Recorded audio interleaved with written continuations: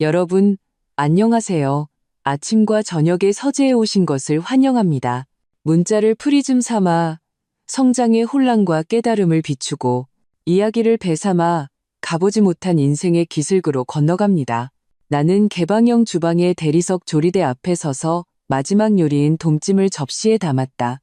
손가락으로 접시 가장자리를 가볍게 스쳐 기름 한 방울을 닦아냈다.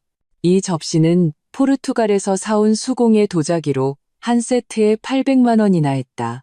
남편 박민주는 늘 내가 이런 디테일에 너무 집착한다고 했지만 나는 그가 고객들을 집으로 초대해 식사할 때 이 비싼 식기들을 자랑하는 것을 가장 뿌듯해한다는 사실을 알고 있었다.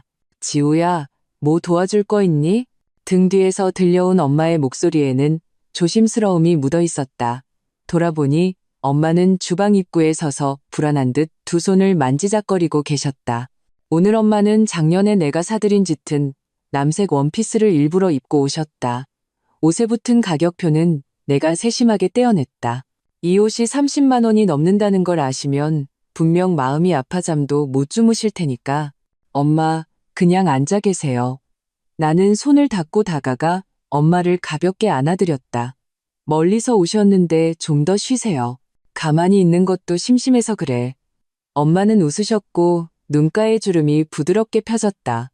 네 시어머니가 7시에 저녁 먹자고 하지 않았니? 시간이 거의 다 된 것 같아서 나는 벽시계를 흘금 보았다. 6시 40분. 민준 씨는 곧 도착할 것이다. 그는 늘 시간을 잘 지켰다. 시어머니는 거실에서 TV를 보고 계셨는데 볼륨이 매우 컸다. 그것은 시어머니가 불만을 표현하는 방식 중 하나였다. 우리 엄마가 너무 자주 온다고 생각하시는 것이다. 그럼 수저 놓는 것 좀 도와주실래요? 나는 엄마의 호의를 차마 거절할 수 없었다. 찬장에서 상아로 만든 수저 세트를 꺼냈다. 조심하세요. 좀 미끄러워요. 엄마는 마치 보물이라도 받은 듯 수저를 받아들고 정성껏 식탁에 놓기 시작했다. 나는 엄마의 구부정한 뒷모습을 보며 마음 한구석이 시큰해졌다. 아빠는 퇴직 전 고등학교 교사이셨고 엄마는 병원 간호사셨다. 비록 집안 형편은 평범했지만 두 분은 모든 사랑과 저축을 내게 쏟아부으셨다. 내가 가져온 혼수 3억 원은 거의 두 분의 평생 모은 돈에 살던 집을 판 돈까지 더한 것이었다. 지우야, 이 그릇은 여기 놓으면 될까? 엄마는 청화백자 그릇 하나를 집어들었다. 그것은 민준 씨가 작년 경매에서 산 것으로 조선시대 관유에서 만든 것이라 했다. 하나에 2천만 원이 넘는다고 했다. 네, 거기 놓으시면 내 말이 채 끝나기도 전에 쨍그랑 하는 날카로운 소리가 울려 퍼졌다. 그릇이 엄마 손에서 미끄러져 바닥에 산산조각이 났다. 시간이 멈춘 것 같았다. 엄마는 그 자리에 얼어붙었고 얼굴은 순식간에 새하얘졌다. 거실에 TV 소리가 뚝 그쳤다. 시어머니의 날카로운 시선이 내게로 날아와 꽂혔다. 미안하다 지우야. 엄마는 허둥지둥 몸을 숙여 떨리는 손으로 조각들을 주우려 하셨다. 내가 금방 치울게. 손으로 만지지 마세요. 나는 급히 엄마를 말리려 했지만 현관문이 열리는 소리가 들렸다. 박민준이 돌아온 것이다. 무슨 일이야? 그의 목소리가 현관에서 들려왔고 이내 급한 발걸음 소리가 이어졌다.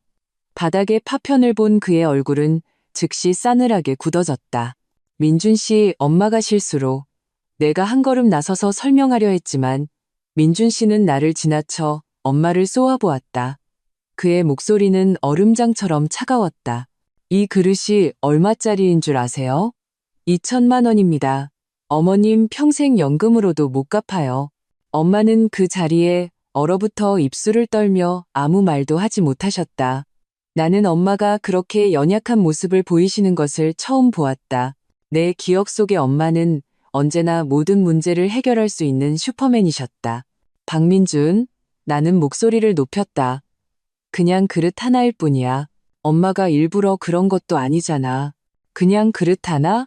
민준 씨는 비웃으며 내게로 돌아섰다. 서지우, 너 몰라?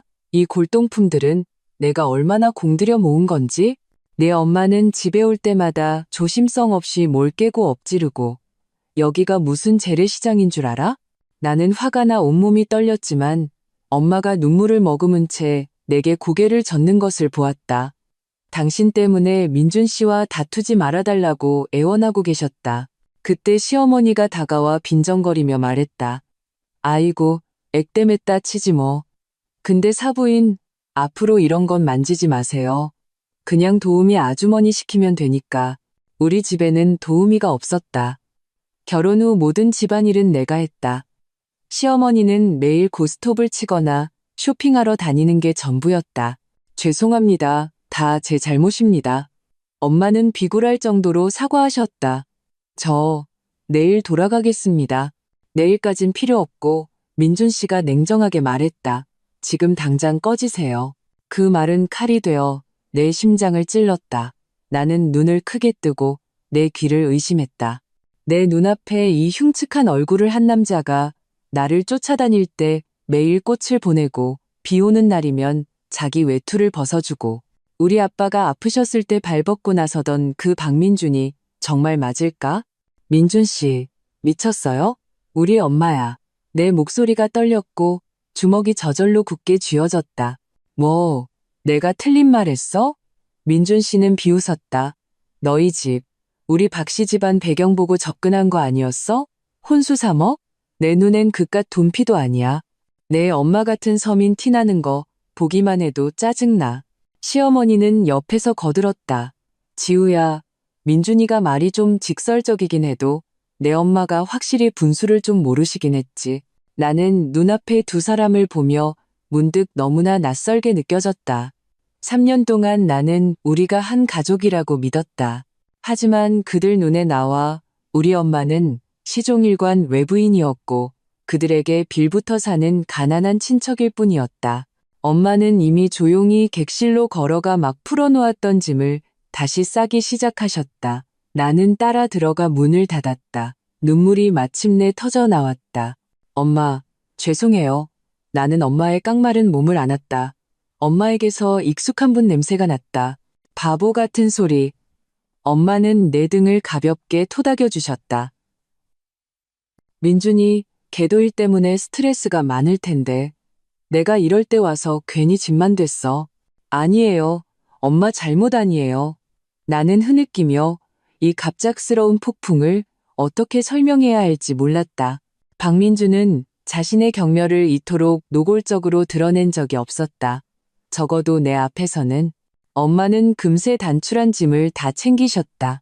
나는 지갑에서 카드 한 장을 꺼내 엄마 주머니에 찔러 넣었다. 비밀번호는 제 생일이에요. 일단 호텔 잡아서 묵고 계세요. 제가 내일 찾아뵐게요. 엄마는 거절하려 하셨지만 내가 고집을 부렸다. 결국 엄마는 한숨을 쉬며 내 얼굴을 어루만지셨다. 지우야, 민준이랑 싸우지 마라. 엄마는 정말 괜찮아. 내가 엄마를 문 밖까지 배웅했을 때 민준 씨와 시어머니는 이미 식탁에 앉아 식사를 시작하고 있었다. 마치 아무 일도 없었다는 듯이 민준 씨는 고개도 들지 않고 말했다. 바닥에 조각들 깨끗이 치워. 사람 다치겠다. 그 순간 나는 홀로 떠나는 엄마의 뒷모습과 식탁 옆에 저 두 냉담한 모습을 번갈아 보았다. 마음속 무언가가 완전히 부서져 내렸다. 엄마를 보내드린 후 나는 기계적으로 바닥에 깨진 도자기 조각들을 치웠다. 날카로운 파편에 손가락을 베어 피가 배어나왔지만 아픔을 느끼지 못했다. 마음의 고통에 비하면 이깟 상처는 아무것도 아니었다. 다 치웠어? 음식 다 식겠다. 민준 씨가 식당에서 짜증 섞인 목소리로 외쳤다.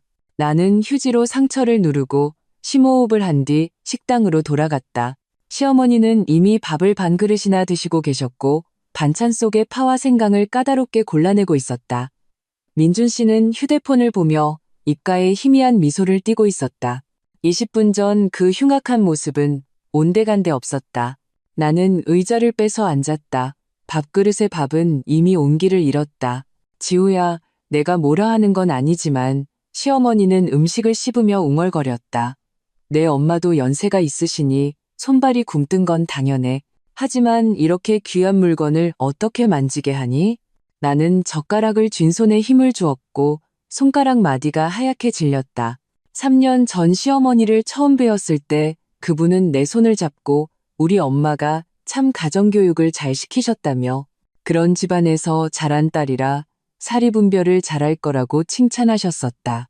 그런데 지금은 말 한마디 한마디가 가시가 돋쳐 있었다. 어머님, 제가 엄마께 도와달라고 부탁드렸어요. 나는 목소리를 최대한 평온하게 유지하려 했었다. 그 그릇 정조시대 관유에서 만든 거야. 민준 씨가 갑자기 고개를 들었다. 눈빛이 싸늘했다. 내가 경매에서 1억 5,800만 원 주고 산 거라고. 내 엄마 같은 퇴직한 간호사가 관유가 뭔지나 알겠어? 심장이 바늘에 찔린 듯 아팠다. 민준 씨는 우리 엄마가 간호사고 아빠가 교사라는 것을 알고 있었다. 나를 쫓아다닐 때는 서양, 슈형, 집안에서 자란 딸이 깨끗하고 순수해서 좋다고 했었다. 그런데 이제 퇴직한 간호사라는 네 글자는 그의 입에서 나올 때 경멸로 가득 차 있었다. 민준 씨, 나는 젓가락을 내려놓았다. 엄마는 일부러 그런 게 아니에요. 제가 너무 피곤해 보일까봐 저녁 준비를 도와주시려던 거예요. 민준 씨는 흥 하고 코웃음을 쳤다. 그분이 안 오시면 네가 오히려 더 편해. 올 때마다 네 기분이 며칠씩이나 가라앉잖아. 나는 할 말을 잃었다.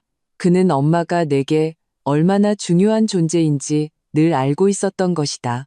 그러면서도 가장 잔인한 방식으로 엄마에게 상처를 주기로 선택한 것이다. 시어머니가 끼어들었다. 지우야, 민준이도 일 때문에 스트레스가 많아. 집에 오면 좀 조용히 쉬어야 하는데 내 엄마가 오시면 이것저것 자꾸 물어보시니 쉬는데 방해가 되는 건 사실이지. 나는 눈앞에 두 사람을 보며 문득 너무나 낯설게 느껴졌다. 3년 전 비 오는 날이면 내 쪽으로 우산을 기울여주고 우리 엄마가 어떤 꽃을 좋아하는지 기억하던 그 박민주는 어디로 갔을까? 기억이 파도처럼 밀려왔다. 그해 나는 막 석사 졸업을 하고 외국계 은행에 입사했다. 민준 씨는 협력사의 프로젝트 매니저였다. 키가 크고 잘생겼으며 말솜씨도 뛰어났다. 그가 나를 쫓는 방식은 동화처럼 낭만적이었다. 매일 다른 종류의 꽃다발, 미슐랭 레스토랑에서의 촛불 저녁 식사, 출장에서 돌아올 때마다 정성껏 고른 선물.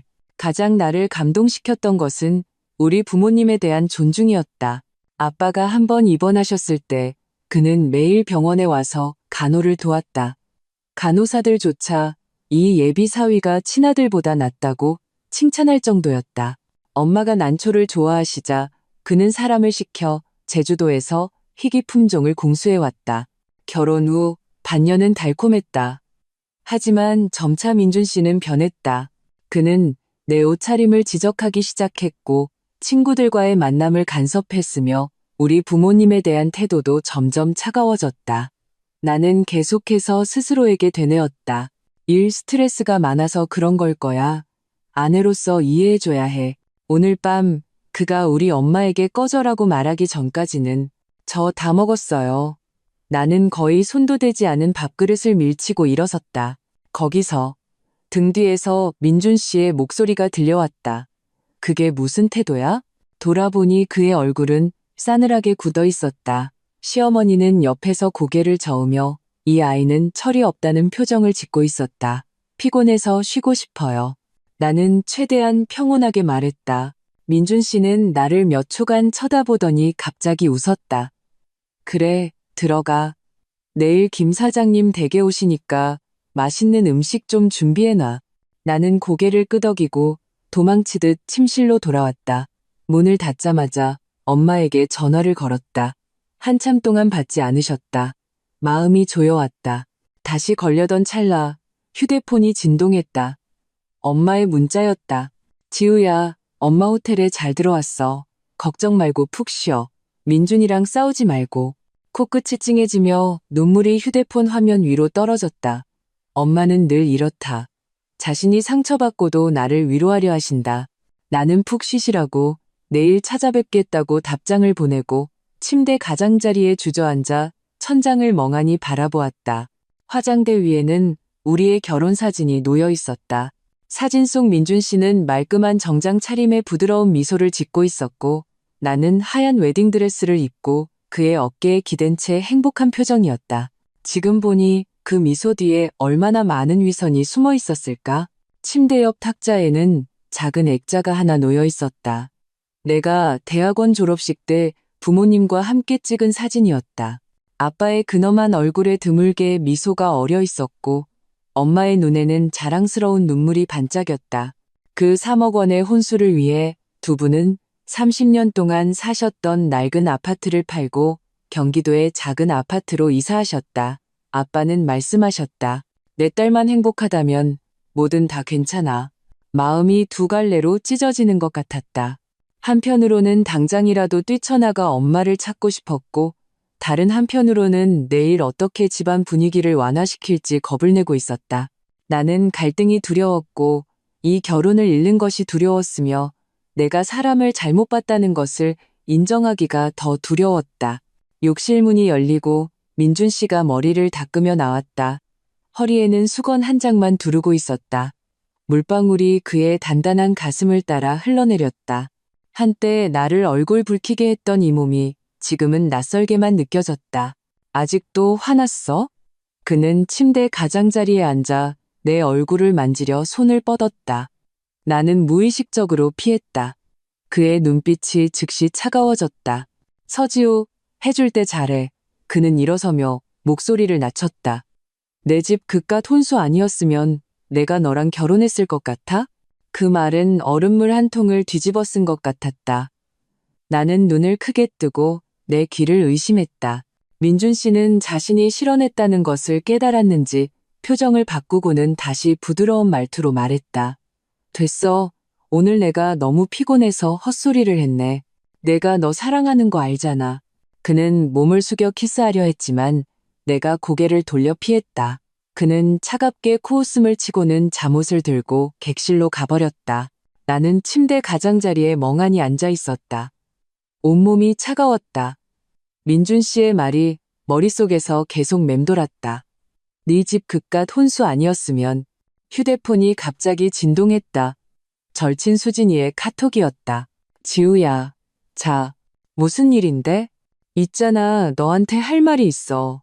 수진이는 바로 전화를 걸어왔다. 목소리가 무척 낮았다. 지우야, 내가 이걸 말해야 하나 한참 고민했어. 지난주에 출장 갔다가 신라호텔에서 민준 씨를 봤어. 심장이 쿵 내려앉았다. 그 사람 출장 자주 가잖아. 왜? 문젠 혼자가 아니었어. 수진이는 잠시 뜸을 들였다. 어떤 여자랑 아주 친밀해 보였어. 그냥 동료 사이는 절대 아니었어. 나는 휴대폰을 쥔 손에 힘을 주었고 손가락이 하얗게 질렸다. 확실히 봤어? 분명해. 사진도 찍었어. 원래 너한테 안 보여주려고 했는데 오늘 내 엄마 얘기 듣고 네가 진실을 알아야 할 것 같아서. 몇 초 후 카톡으로 사진 한 장이 도착했다. 조금 흐릿했지만 빨간 드레스를 입은 여자의 허리를 감싸고 있는 남자는 분명 박민준이었다. 촬영 날짜는 지난주 수요일. 민준 씨가 말한 야근하던 밤이었다. 지우야, 괜찮아? 수진이가 걱정스럽게 물었다. 나는 기계적으로 대답했지만 머릿속은 하얗게 비어 있었다. 그리고 하나 더. 수진이는 망설였다. 그 여자 이름이 윤소미인데 민준 씨 회사 홍보팀장이래. 두 사람 사이 그 회사에선 거의 다 아는 사실이래. 지우야, 너 자신을 위해 뭔가 대비를 해야 해. 전화를 끊고 나는 한참을 멍하니 앉아 있었다. 그러다 홀린 듯이 충전 중이던 민준 씨의 휴대폰을 집어들었다. 그는 내가 자기 휴대폰을 절대 보지 않는다는 걸 알기에 비밀번호조차 바꾸지 않았다. 우리의 결혼기념일이었다. 카카오톡을 열자 상단에 고정된 채팅방이 보였다. 상대는 우리 소미영이었다. 최신 메시지는 10분 전이었다. 자기 와이프 화 풀렸어? 내일 거기서 봐. 위로 스크롤을 올리자 노골적인 애정 표현, 호텔 위치 공유, 심지어 이체 내역까지 있었다. 가장 아이러니한 것은 민준 씨가 그녀에게 520만 원을 이체하며 남긴 메시지였다. 우리 자기 예쁜 옷 사 입어. 그리고 그 돈은 내 통장에서 빠져나간 돈이었다. 그가 말한 회사 접대비였다. 손이 멈추지 않고 떨렸고 속이 울렁거렸다. 갑자기 일주일 전 메시지 하나가 눈에 띄었다. 조금만 더 참아. 그 여자 투자금만 들어오면 이혼할 명분이 생겨. 그 3억은 거의 다 빼돌렸어. 나는 얼음 구덩이에 빠진 것 같았다. 3억 원의 혼수. 우리 부모님의 평생 모은 돈. 그들은 이미 오래전부터 그것을 빼돌리고 있었던 것이다. 객실에서 물소리가 멈췄다. 나는 서둘러 휴대폰을 제자리에 두고 자는 척 누웠다. 민준 씨가 돌아왔을 때 나는 그를 등지고 누워 온몸이 뻣뻣하게 굳어 있었다. 그는 침대 옆에 잠시 서 있다가 결국 객실로 갔다. 어둠 속에서 나는 뜬 눈으로 밤을 새웠다. 커튼 사이로 첫 햇살이 비칠 때 나는 결심했다. 더 이상 당하고만 사는 서지우는 없을 것이다. 새벽 5시 17분. 나는 휴대폰 화면의 시간을 응시했다. 눈이 사포로 문지른 것처럼 따가웠다. 민준 씨의 휴대폰은 여전히 침대 머리맡에서 충전 중이었다. 우리 솜이라는 여자가 보낸 메시지가 독사처럼 내 머릿속에 또아리를 틀고 있었다. 나는 객실에서 자는 민준 씨를 깨우지 않으려 조심스럽게 일어났다. 찬물로 세수를 하니 거울 속 내 모습이 창백하고 눈 밑에는 검푸른 그늘이 져 있었다. 하룻밤 사이에 결혼에 대한 환상을 품고 있던 서지우는 죽었다. 화장대 서랍에는 내가 대학 시절 쓰던 낡은 휴대폰이 있었다. 전원을 연결하고 켜서 부계정으로 로그인했다. 민준 씨 휴대폰의 결정적인 대화 기록들을 전부 찍어두었다. 화면을 넘기다 보니 암호화된 사진첩을 발견했다. 비밀번호는 우리 결혼기념일이 아니었다. 3번 시도한 후 시스템이 잠겼고 나는 포기할 수밖에 없었다. 이 모든 것을 마친 후 나는 그의 휴대폰을 제자리에 돌려놓고 창가에 앉아 날이 밝기를 기다렸다. 6시 30분 민준 씨가 문을 열고 들어왔다. 이미 말끔하게 차려입은 모습이었다. 짙은 남색 정장은 그를 더욱 멋있어 보이게 했다. 이 껍데기에 내가 이렇게 오래 속았다니. 일어났네? 그는 어젯밤의 충돌은 없었던 것처럼 가벼운 말투로 말했다. 나 오늘 아침 회의 있어서 먼저 갈게. 나는 고개를 끄덕이고 억지로 미소를 지었다. 조심해서 다녀와요. 그는 다가와 키스하려 했고 나는 머리를 정리하는 척 피했다. 그는 눈살을 찌푸렸지만 아무 말 없이 휴대폰을 들고 나갔다. 현관문이 닫히는 소리를 듣자마자 나는 행동을 개시했다. 먼저 엄마에게 전화해 무사히 집에 도착하셨는지 확인했다. 전화기 너머 엄마의 목소리는 약간 잠겨 있었고 분명 우셨을 것이다. 하지만 괜찮다며 나를 걱정시키지 않으려 하셨다. 엄마, 저 좀 도와주셔야 할 게 있어요? 나는 목소리를 낮췄다. 결혼할 때 가져온 혼수 목록 기억하세요? 특히 은행 이체 기록 같은 거요. 왜 그러니, 지우야? 엄마는 경계하셨다. 아니에요. 그냥 확인 좀 하려고요. 나는 엄마를 걱정시키고 싶지 않았다. 엄마는 찾아보겠다고 하셨다.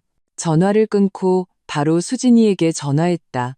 믿을 만한 사설 탐정 좀 알아봐줘. 나는 단도직입적으로 말했다. 수진이는 2초간 침묵했다. 정말 이렇게까지 할 거야? 확실해. 30분 후 최 실장이라는 사람이 내 카톡에 추가되었다. 그가 보내온 가격표를 보고 흠칫했지만 민준 씨가 빼돌린 돈에 비하면 이 정도 비용은 아무것도 아니었다.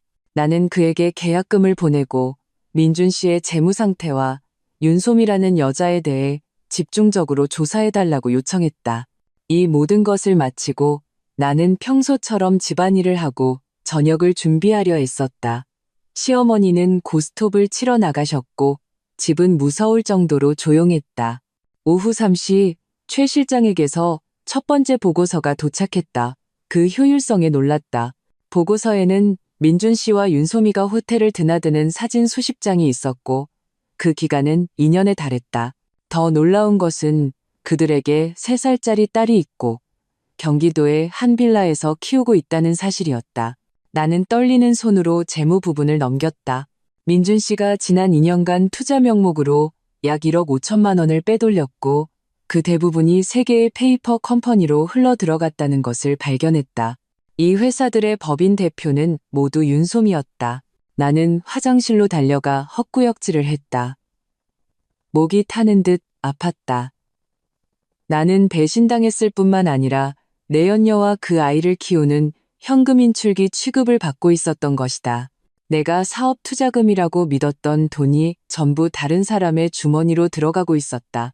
저녁 7시 민준 씨가 돌아왔다. 얼굴이 어두웠다. 그는 서류 가방을 소파에 거칠게 던졌다. 오늘 김 사장 그 프로젝트 엎어졌어. 자금줄에 문제가 생겼대. 나는 그에게 물 한 잔을 따라주며 다정한 아내 역할을 하려 했었다. 어쩌다가요? 다 얘기된 거 아니었어요? 보증금 5천만 원이 부족해서 그는 관자놀이를 문지르다 갑자기 고개를 들었다. 지우야, 내 그 정기예금 만기 다 됐지? 심장이 쿵 내려앉았다. 그건 내 마지막 비자금이었고 민준 씨조차 정확한 액수는 몰랐다. 사흘 뒤에 만기예요. 나는 조심스럽게 말했다.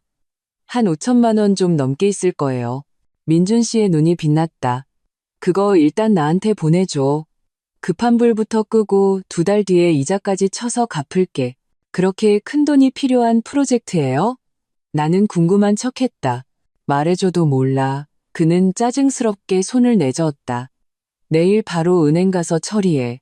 그때 시어머니가 문을 열고 들어오셨다.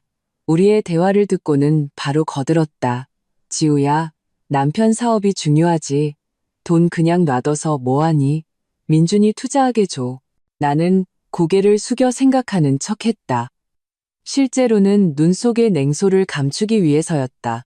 어젯밤에는 우리 엄마에게 꺼지라고 욕하더니 오늘은 나에게 5천만 원을 내놓으라니. 이 모자의 뻔뻔함은 상상을 초월했다. 알았어요. 나는 고개를 들고 순종적인 미소를 지었다. 내일 은행 갈게요.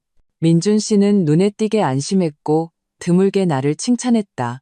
저녁 식사 후 그는 전화를 한 통 받더니 회사에 야근하러 가야 한다고 했다. 커튼 틈으로 나는 그의 차가 회사와는 반대 방향으로 향하는 것을 보았다. 마음이 차갑게 식었다. 그가 떠나자마자 나는 왕 변호사님께 전화를 걸었다.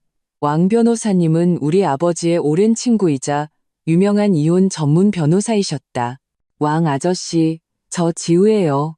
여쭤볼 게 있어서요. 1시간 후 나는 왕 변호사님의 넓은 사무실에 앉아 내가 아는 모든 상황을 털어놓았다. 왕 변호사님은 심각한 표정으로 듣고는 서랍에서 서류 한 뭉치를 꺼내셨다. 지우야, 먼저 이것부터 보렴. 서류는 명원투자라는 회사의 등록 정보였다.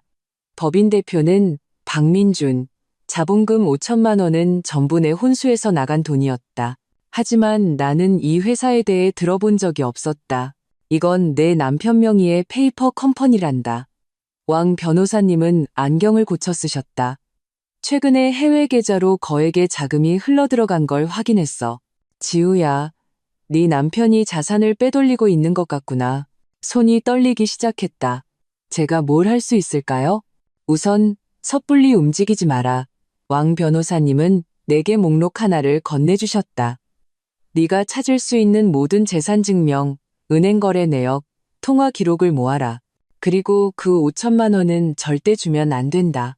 하지만 이미 주기로 약속했는데요. 핑계를 대서 시간을 벌어.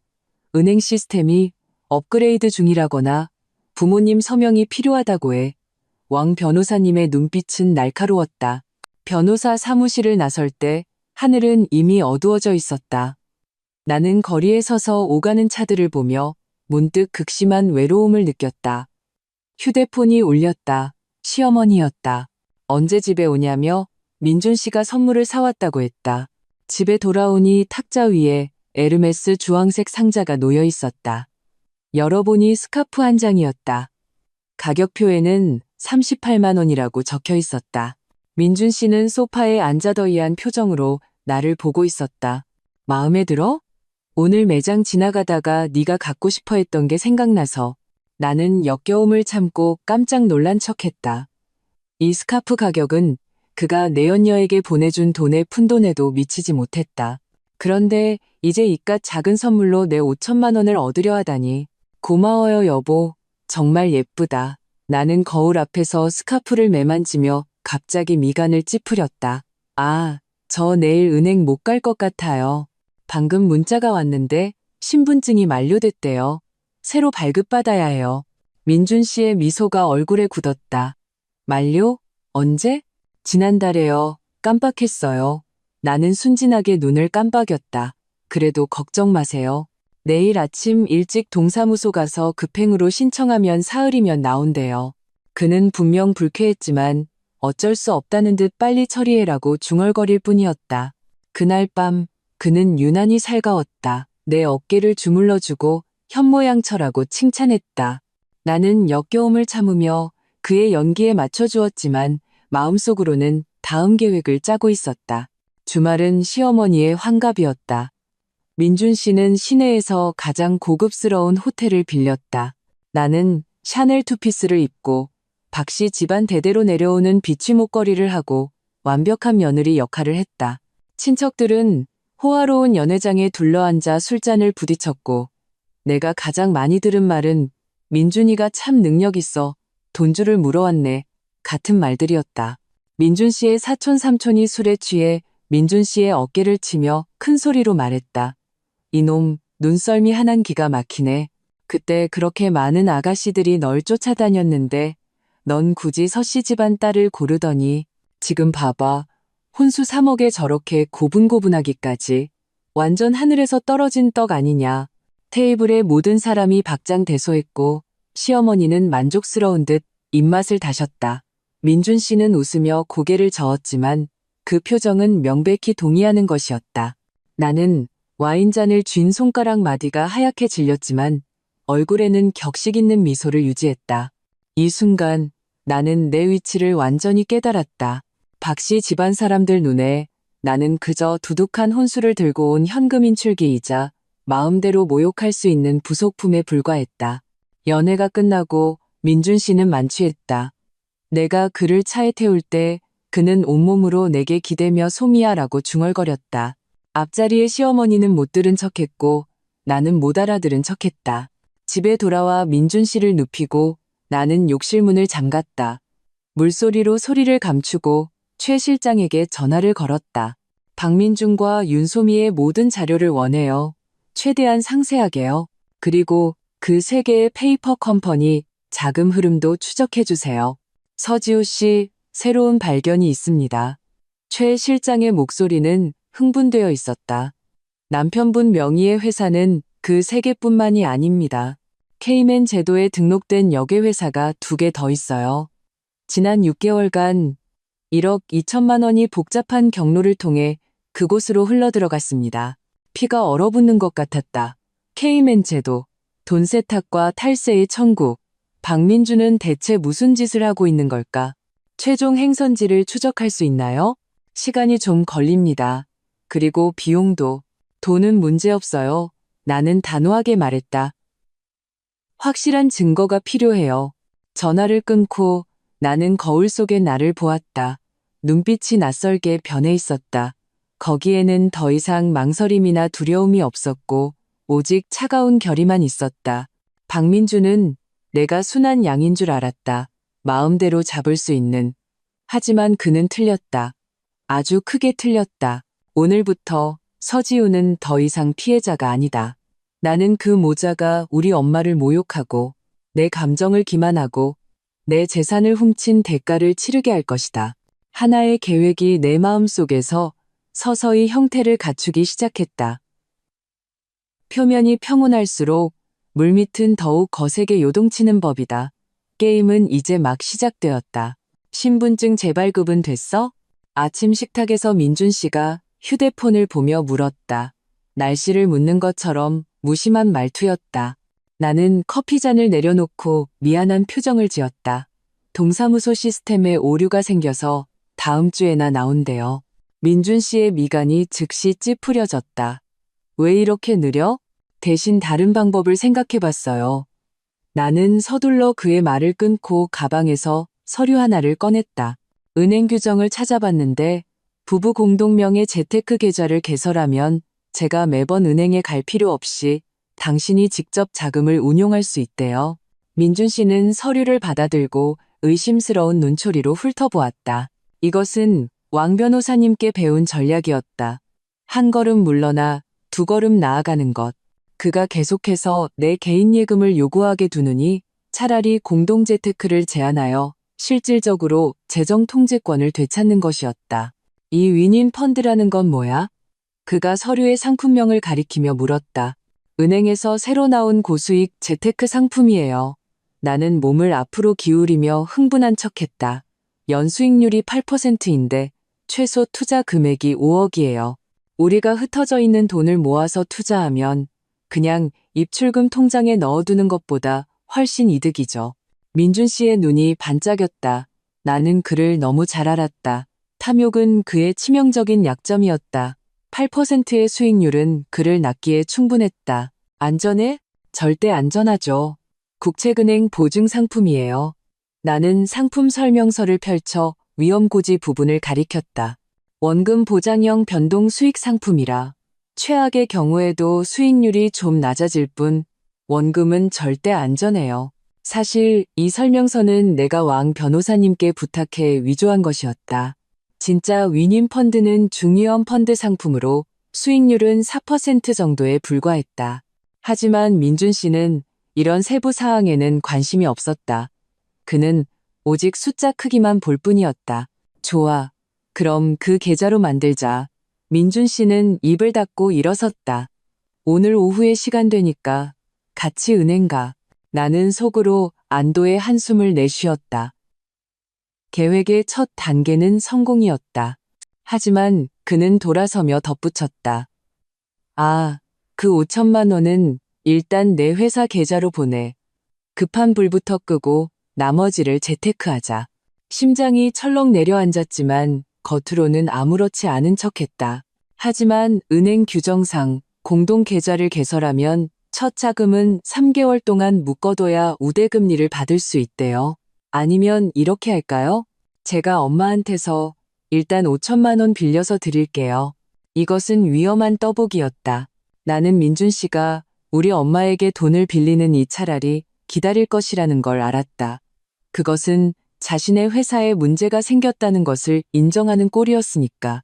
역시나 그의 얼굴색이 변했다. 됐어. 그냥 네 신분증 나올 때까지 기다리지 뭐.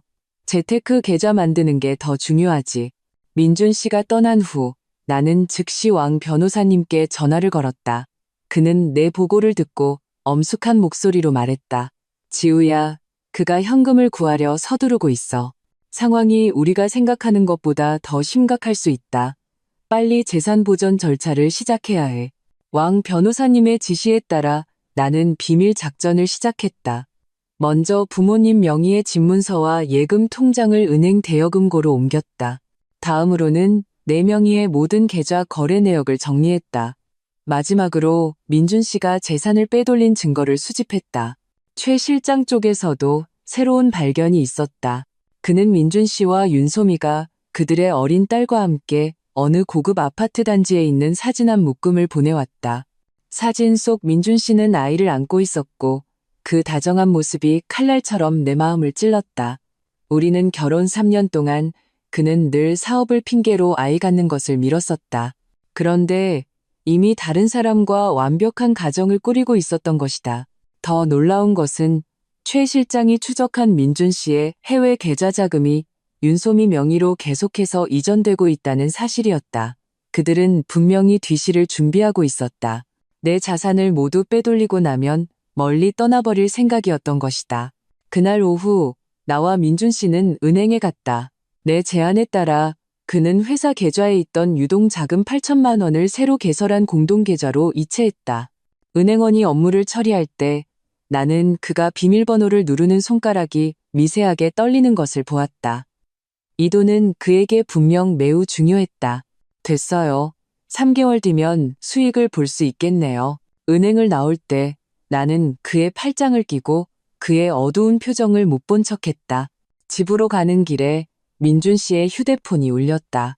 그는 발신자 표시를 보고는 눈에 띄게 긴장했다. 회사 전화야. 잠깐 받고 올게. 그는 내 손을 놓고 멀리 걸어갔다. 나는 그 자리에 서서 그의 뒷모습을 보았다.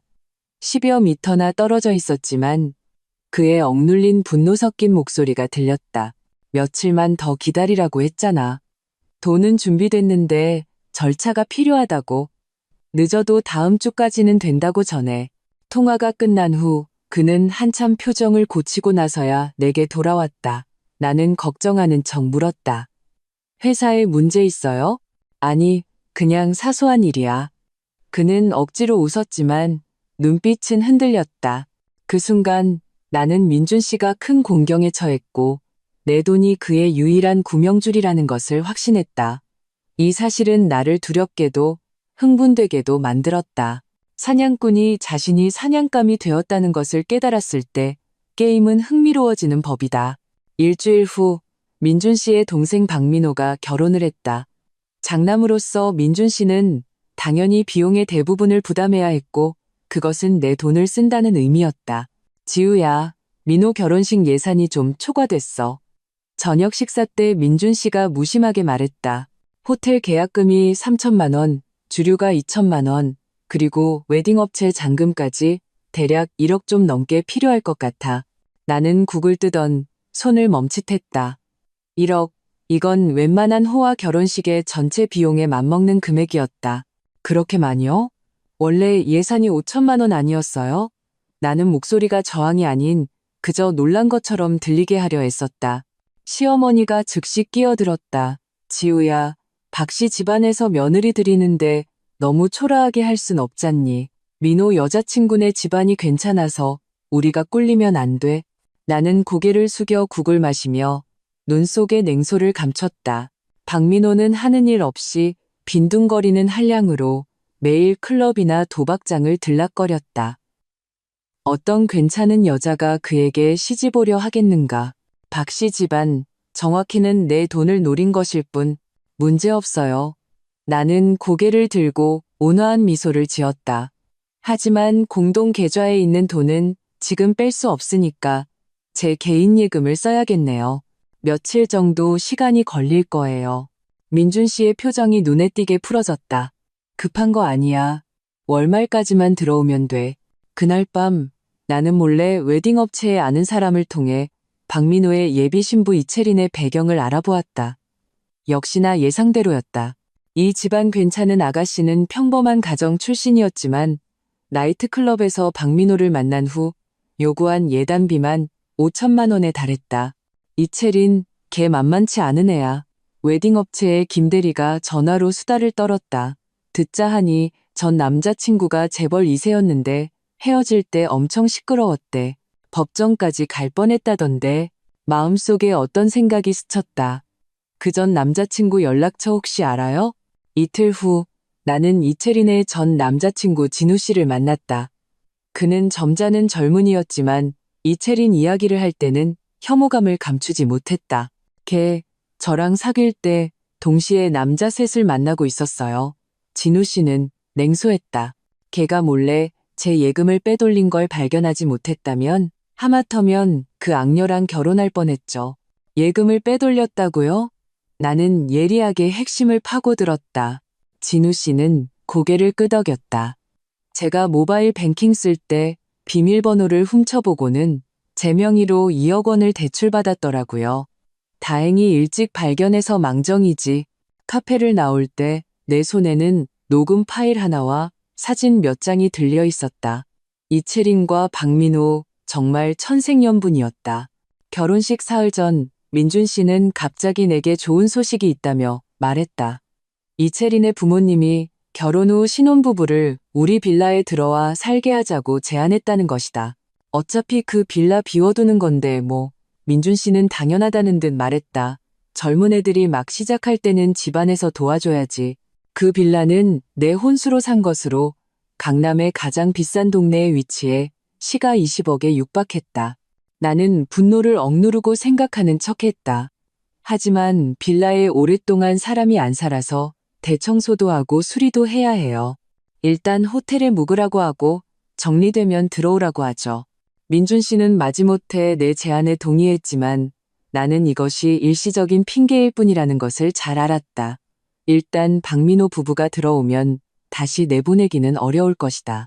결혼식 당일 나는 차분한 샴페인색 드레스를 입고 간단한 진주 귀걸이를 했다. 맏며느리로서 나는 교양 있게 보이면서도 신부보다 튀어서는 안 됐다.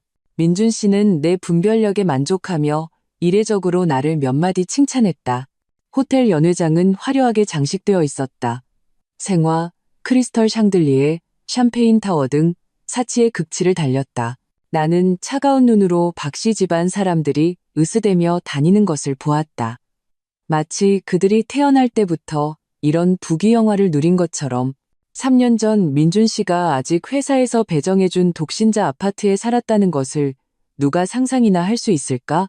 결혼식이 시작되기 전 나는 음식 확인을 핑계로 주방에 들어갔다. 요리사들은 정신없이 바빴고 아무도 내가 해산물 냉채 앞에서 잠시 멈춘 것을 눈치채지 못했다. 이어서 나는 음향실로 가 음향 테스트를 핑계로 장비를 몇 번 만지작거렸다. 의식은 순조롭게 진행되었다. 건배 순서가 될 때까지는.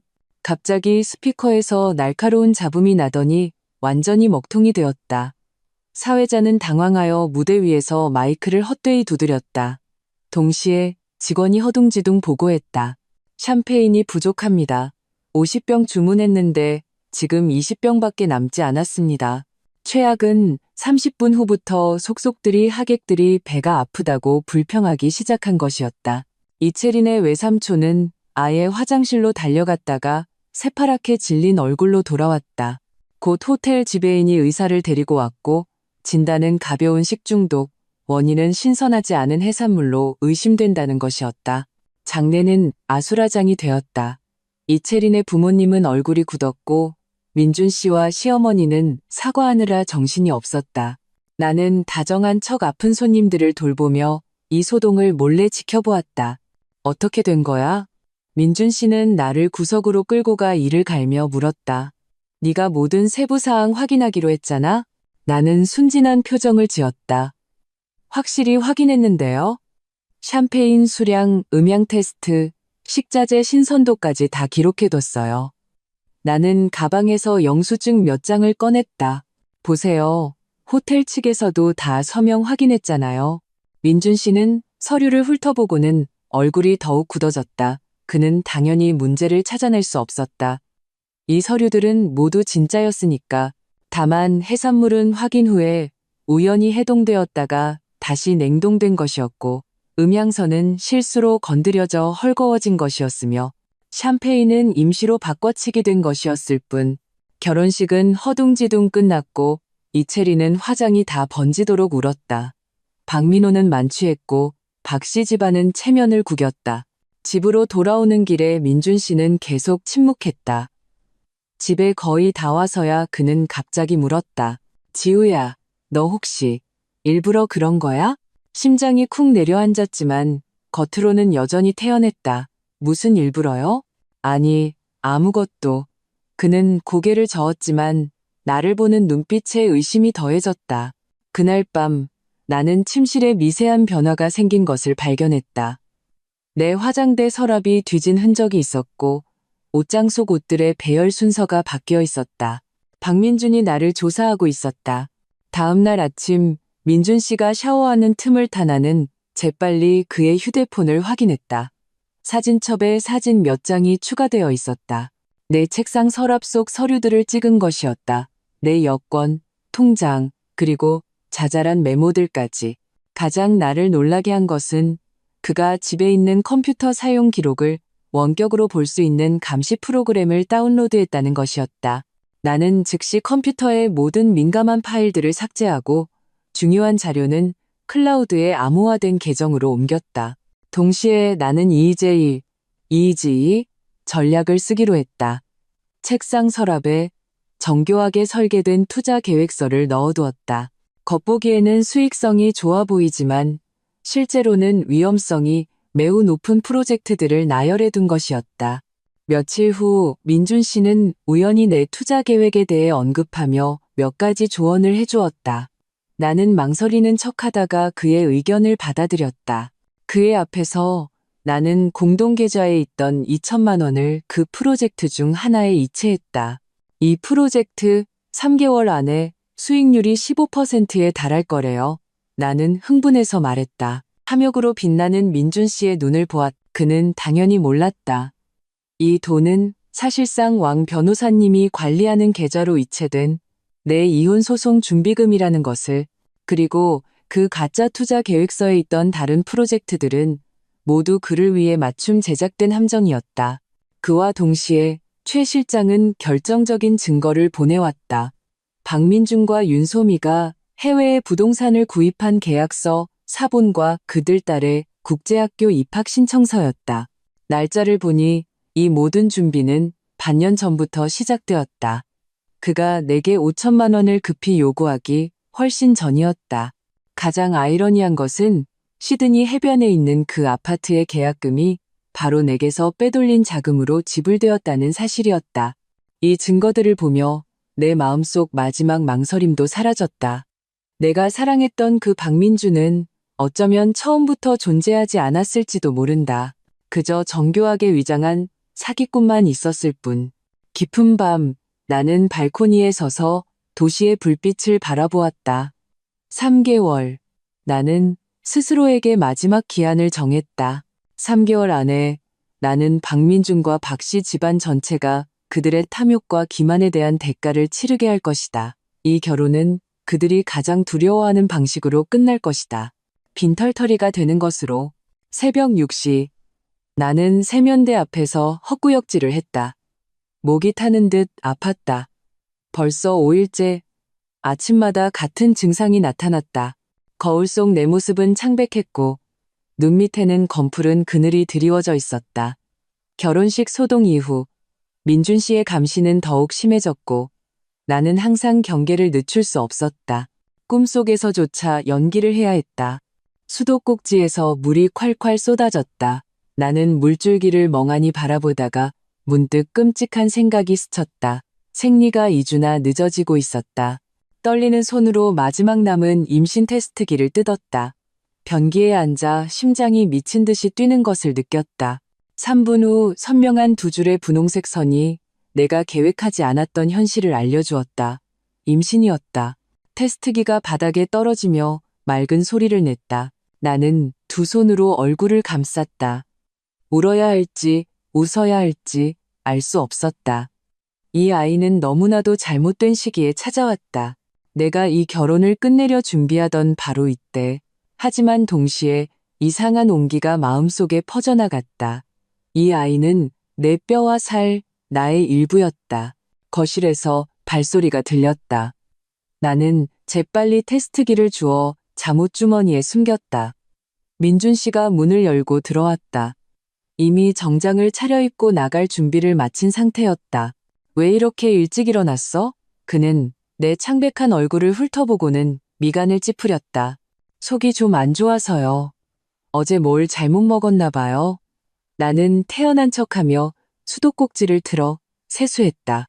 그는 고개를 끄덕였다. 내게 별 관심이 없는 듯했다. 나 오늘 중요한 회의 있어서 저녁 못 먹고 와. 알았어요. 나는 속으로 냉소하며 대답했다. 최 실장은 어제 막 사진을 보내왔다. 민준 씨의 중요한 회의란 어느 호텔에서 윤소미와 밤을 보내는 것이었다. 민준 씨가 떠난 후 나는 즉시 산부인과의 조기 임신 검사를 예약했다. 어떤 결정을 내리든 먼저 아이의 건강 상태를 확인해야 했다. 병원 복도는 검사를 기다리는 임산부들로 가득했고 대부분 남편과 함께였다. 나는 구석에 홀로 앉아 무의식적으로 평평한 아랫배를 감쌌다. 전광판에 내 번호가 떴다. 나는 심호흡을 하고 진료실로 향했다. 서지우 씨, 마지막 생리가 언제였죠? 의사 선생님이 다정하게 물었다. 나는 사실대로 대답하고 테스트기 결과를 말씀드렸다. 의사는 혈액 검사와 초음파를 포함한 일련의 검사를 지시했다. 1시간 후 나는 검사 결과를 들고 다시 진료실로 돌아왔다. 축하합니다. 임신 맞네요. 약 5주 정도 됐어요. 의사는 초음파 사진 속의 작은 점을 가리켰다. 태아는 정상적으로 발달하고 있습니다. 다만 프로게스테론 수치가 좀 낮아서 유산방지 주사를 좀 맞아야겠어요. 나는 기계적으로 고개를 끄덕였다. 의사의 말이 아주 먼 곳에서 들려오는 것 같았다. 내가 정말 이 시점에 민준 씨의 아이를 데리고 새로운 삶을 시작해야 할까? 그리고 산모 수첩 만드셔야 하니까 다음 검사 때는 남편분이랑 같이 오세요. 의사는 내게 서류한 뭉치를 건넸다. 진료실을 나오자 머리가 어지러웠다. 어디 조용한 곳이 필요했다. 복도 모퉁이를 돌 때 익숙한 목소리가 내 발걸음을 멈추게 했다. 소미야, 떼쓰지 마. 나 오늘 진짜 일 있다니까. 알았어. 퇴근하고 거기서 보자. 박민준. 그가 왜 여기에? 나는 무의식적으로 기둥 뒤로 몸을 숨겼다. 그가 간호사 스테이션 앞에서 젊은 간호사와 희롱하는 모습이 보였다. 그 간호사는 내게 등을 보이고 있었고 몸집이 작고 발랄한 포니테일을 하고 있었다. 민준 씨, 또 거짓말. 간호사가 애교 섞인 목소리로 말하며 돌아섰다. 사진 속에 바로 그 윤소미였다. 그녀의 가슴에는 산부인과 간호사 윤소미라고 적힌 명찰이 걸려 있었다. 피가 순간적으로 얼어붙었다. 민준 씨는 내연녀가 있었을 뿐만 아니라 그 내연녀가 이 병원의 간호사였던 것이다. 그렇다면 그가 나를 이곳으로 산부인과 검사를 받으러 오게 한 것은 이번엔 진짜야. 민준 씨는 윤소미의 뺨을 꼬집었다. 우리 누나가 오늘 검사 받으러 와서 그냥 지나가는 길에 너 보러 온 거야. 누나요? 윤소미는 고개를 갸웃했다. 아까 그 베이지색 트렌치코트 입은 분? 맞아. 민준 씨는 태연하게 거짓말했다. 집안 내력으로 부인과 질환이 있어서 매년 검사 받아야 해. 나는 입술을 깨물었다. 소리를 지르고 싶은 것을 간신히 참았다. 민준 씨는 나를 배신했을 뿐만 아니라 내 앞에서 나를 누나라고 칭하며 내연녀에게 내 존재를 설명하고 있었다. 더 아이러니한 것은 내 손에는 방금 확인한 임신 검사 결과지가 들려 있는데 그는 애인과 오늘 밤의 데이트를 계획하고 있다는 사실이었다. 윤소미는 입을 삐죽 내밀었다. 그럼 오늘 밤에 꼭 보상해줘야 해요. 그녀가 갑자기 내 쪽을 보았다. 나는 급히 기둥 뒤로 숨었지만 이미 늦었다. 윤소미가 나를 발견하고 얼굴에 당황한 기색이 스쳤다. 민준 씨, 저기 누나분 계신 것 같은데. 나는 심호흡을 하고 허리를 꼿꼿이 편 채 걸어 나갔다. 민준 씨가 고개를 돌려 나를 보고는 얼굴이 새하얗게 질렸다. 지우야, 네가 왜 여기 있어? 그의 목소리는 부자연스럽게 메말라 있었다. 나는 검사 결과지를 들어 보이며 떨리는 목소리를 억눌렀다. 산부인과 검사요. 당신은요? 누나 보러 왔어요?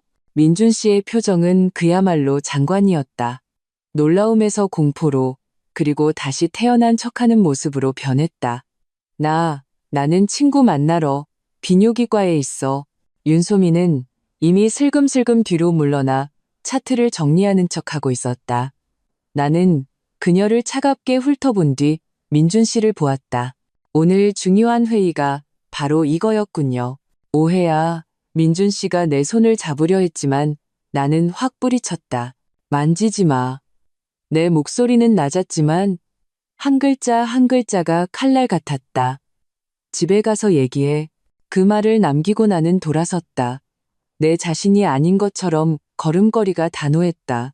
병원 문을 나서 택시에 오르고 나서야 나는 무너지는 것을 허락했다.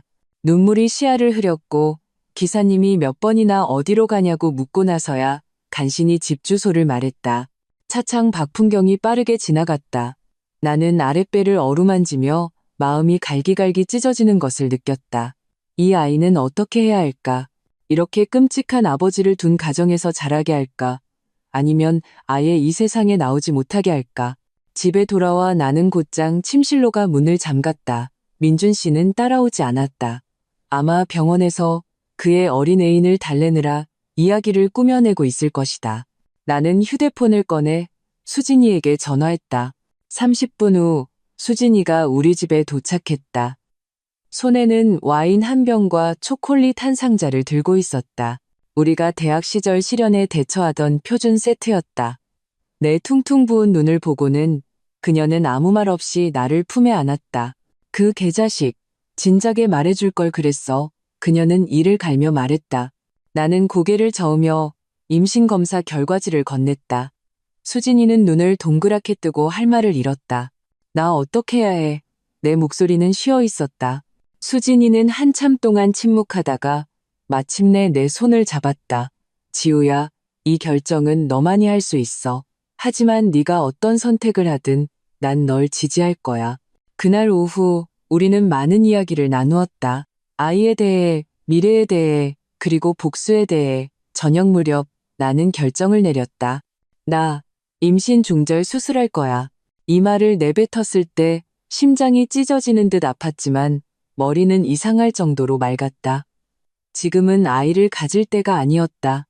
특히 박민준의 아이는. 수진이는 나를 꼭 안아주었다. 내가 같이 가줄까? 아니, 이건 비밀리에 해야 해. 나는 눈물을 닦았다. 하지만 네가 도와줘야 할 일이 있어. 사흘 후 나는 혼자 다른 개인 병원에 갔다. 수술은 간단했고 거의 고통이 없었지만 마음의 구멍은 무섭도록 컸다. 의사는 2주간 휴식을 권했지만 나는 다음 날 바로 정상적인 활동을 재개했다. 민준 씨와 시어머니는 내가 오랫동안 누워있는 것을 용납하지 않을 것이다. 나는 모든 의료 기록과 영수증을 특별히 보관하여 은행 대여금고에 조심스럽게 잠가두었다. 이것들은 모두 장차 법정에서 민준 씨의 외도가 내게 어떤 상처를 주었는지 증명할 증거가 될 것이다. 뜻밖에도 운명은 내게 예상치 못한 도움을 주었다. 수술 후 일주일 시어머니가 방을 청소하시다가 이것은 그녀의 드문 집안일 활동이었다. 우연히 내가 서랍 깊숙이 숨겨둔 검사 결과지를 발견하셨다. 임신 중절 수술 서류가 아닌 처음 임신을 확인했던 그 초음파 사진을. 지우야, 저녁 식사 때 시어머니는 갑자기 태도가 180도 바뀌어 내게 닭곰탕을 한가득 퍼주셨다. 지금 몸보신 많이 해야 한다. 나는 영문을 몰라 그녀를 쳐다보았다. 그녀가 기쁨에 겨워 그 초음파 사진을 꺼내기 전까지는 이렇게 큰 경사를 왜 우리한테 말 안 했니? 민준 씨는 국을 마시다가 사례가 들려 얼굴이 새빨개졌다. 그는 겁에 질려 나를 쳐다보았다. 분명 병원에서의 충돌을 떠올리고 내가 그를 사람들 앞에서 폭로할 준비를 하고 있다고 생각했을 것이다. 아직 한 달밖에 안 돼서 불안정해서요. 나는 고개를 숙여 국을 마시며 민준 씨의 시선을 피했다. 좀 지나고 말씀드리려고 했어요. 아이고, 초반 3개월이 제일 중요하지. 시어머니는 흥분해서 안절부절못하셨다. 민준아, 너 아직도 지우한테 집안일 시키니? 오늘부터 도우미 아주머니 불러. 민준 씨는 의심스럽게 나를 쳐다보았고 나는 의미심장한 미소로 화답했다. 그는 분명 내 의도를 추측하고 있었지만 시어머니 앞에서는 감히 또문하지 못했다. 그날 밤 민준 씨는 이례적으로 일찍 귀가했고 장미꽃다발까지 들고 왔다.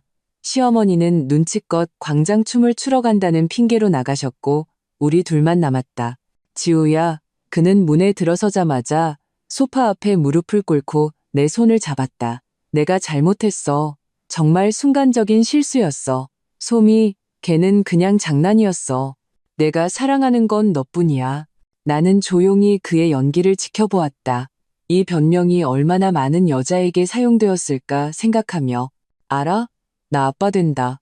그는 내 아랫배를 어루만지며 눈에 의심스러운 눈물을 글썽였다. 나 꼭 좋은 아빠, 좋은 남편이 될게. 한 번만 기회를 줘. 응? 나는 비웃음을 참고 망설이는 척했다. 그럼 윤소미 씨는요? 이미 정리했어. 맹세해. 그는 간절하게 말했다. 아이를 위해서 우리 다시 시작하자. 아이를 위해서? 아니면 내 명의로 남은 수억 원을 위해서? 나는 민준 씨를 너무 잘 알았다. 그의 지금 후회는 나 때문도 심지어 아이 때문도 아니었다. 내가 이혼을 요구하며 재산을 나눠 가질까봐 두려워하는 것뿐이었다. 생각할 시간이 필요해요. 나는 손을 빼고 침실로 향했다. 민준 씨는 따라오지 않았다. 아마 다음 계획을 짜고 있을 것이다. 문을 잠그고 나는 즉시 최 실장에게 메시지를 보냈다. 민준 씨와 윤소미의 연락 증거를 서둘러 수집해달라고. 그들이 정리했다고 했으니 민준 씨는 더욱 조심할 것이다. 바로 이때가 증거를 잡기 좋은 기회였다. 그 후의 날들은 코미디처럼 황당했다. 시어머니는 매일같이 다른 종류의 보양식을 끓여주셨고 가장 좋아하던 고스톱도 끊으셨다. 손자의 어떤 필요도 놓칠까봐 전전긍긍하셨다. 민준 씨는 모범 남편을 연기하며 정시에 귀가하고 안부를 물었으며 심지어 집안일을 돕기도 했다. 물론 신용만 할 뿐 대부분은 결국 내가 마무리해야 했다. 가장 우스운 것은 그가 육아서적을 연구하기 시작했다는 것이다. 거실에는 예비아빠 필독서, 천재 아기 키우는 법 같은 책들이 쌓여 있었다. 이 모든 연기는 나를 감동시켜야 마땅했지만 지금은 역겨울 뿐이었다. 만약 내가 정말 임신 중이었다면 속아서 마음이 약해졌을지도 모른다. 하지만 지금은 그저 아이러니할 뿐이었다. 한 달 후 주말, 민준 씨의 사촌 동생 미나가 집에 놀러 왔다. 그녀는 막 대학을 졸업하고 외국계 회사에서 인턴으로 일하고 있었는데 말이 직설적이고 박 씨 집안에서 드물게 내게 친절한 사람이었다. 새언니, 임신하셨다면서요? 축하해요. 그녀는 문에 들어서자마자 나를 크게 안아주었다. 오빠가 드디어 아빠가 되네요. 나는 웃으며 고맙다고 하고 과일 주스를 따라주었다. 시어머니는 과일을 준비하러 주방에 가셨고 민준 씨는 전화를 받는 척하며 발코니로 나갔다. 10중 8구 윤소미에게 메시지를 보내고 있을 것이다. 미나야, 일은 어때? 나는 무심코 물었다. 그냥 그렇죠. 뭐, 월급이 너무 적어서요. 미나는 입을 삐죽 내밀더니 갑자기 목소리를 낮췄다. 새언니, 제가 듣기론 큰어머님이 벌써부터 아기 교육 자금으로 어떻게 투자할지 계획하고 계신데요. 조심하셔야 해요. 심장이 쿵 내려앉았다. 무슨 교육 자금? 모르셨어요? 미나는 놀라 눈을 동그랗게 떴다. 그저께 가족 모임에서 큰어머님이 그러셨어요. 아기가 태어나면 아기 명의로 교육 저축 계좌를 만들어서 두 분 자산 일부를 그쪽으로 옮겨서 절세하자고요. 최소 5억은 옮길 수 있을 거라고 하셨어요. 내 손가락이 소파 팔걸이를 꽉 쥐었고 마디가 하얗게 질렸다. 참으로 기가 막힌 계산이었다. 아직 태어나지도 않은 아이까지 그들의 계산에 포함시키다니. 미나야, 알려줘서 고마워. 나는 억지로 웃었다. 하지만 지금 이런 얘기하긴 좀 이르지. 그렇죠. 일단 편안하게 태교하세요. 미나는 내 손을 토닥이더니 갑자기 비밀스럽게 다가왔다. 아, 그리고 오빠 요즘 얌전해졌죠? 듣기론 예전엔 꽤 놀았다던데 마음속에 어떤 생각이 스쳤다. 뭘 들었는데? 미나는 주위를 둘러보고 목소리를 더 낮췄다. 제 남자친구 오빠가 그 산부인과에서 일하는데 우리 오빠랑 어떤 간호사랑. 에이, 지금 이런 얘기하는 건 좀 그렇다. 아무튼 지금이라도 정신 차렸으니 다행이죠. 대화는 시어머니의 발소리에 끊겼지만 나는 이미 중요한 정보를 얻었다. 민준 씨와 윤소미의 관계는 병원 내에서 비밀이 아니었다. 이는 더 많은 증인이 있을 것이라는 의미였다. 미나를 보낸 후 나는 입덧을 핑계로 방으로 돌아와 쉬었다. 문을 잠그고 즉시 왕 변호사님께 연락해 최근 상황을 알렸다. 서지호 씨, 아주 잘하고 있어요. 왕 변호사님이 전화로 말했다. 박 씨 집안의 교육 자금 계획은 그들이 재산을 빼돌릴 의도가 있다는 것을 증명하는 좋은 증거가 됩니다. 이제 박민준의 외도 증거가 더 필요해요. 특히 아이가 태어난 후에 양육비 지급 기록 같은 것들요. 하지만 제가 임신했다고 생각해서 요즘은 조심할 텐데요.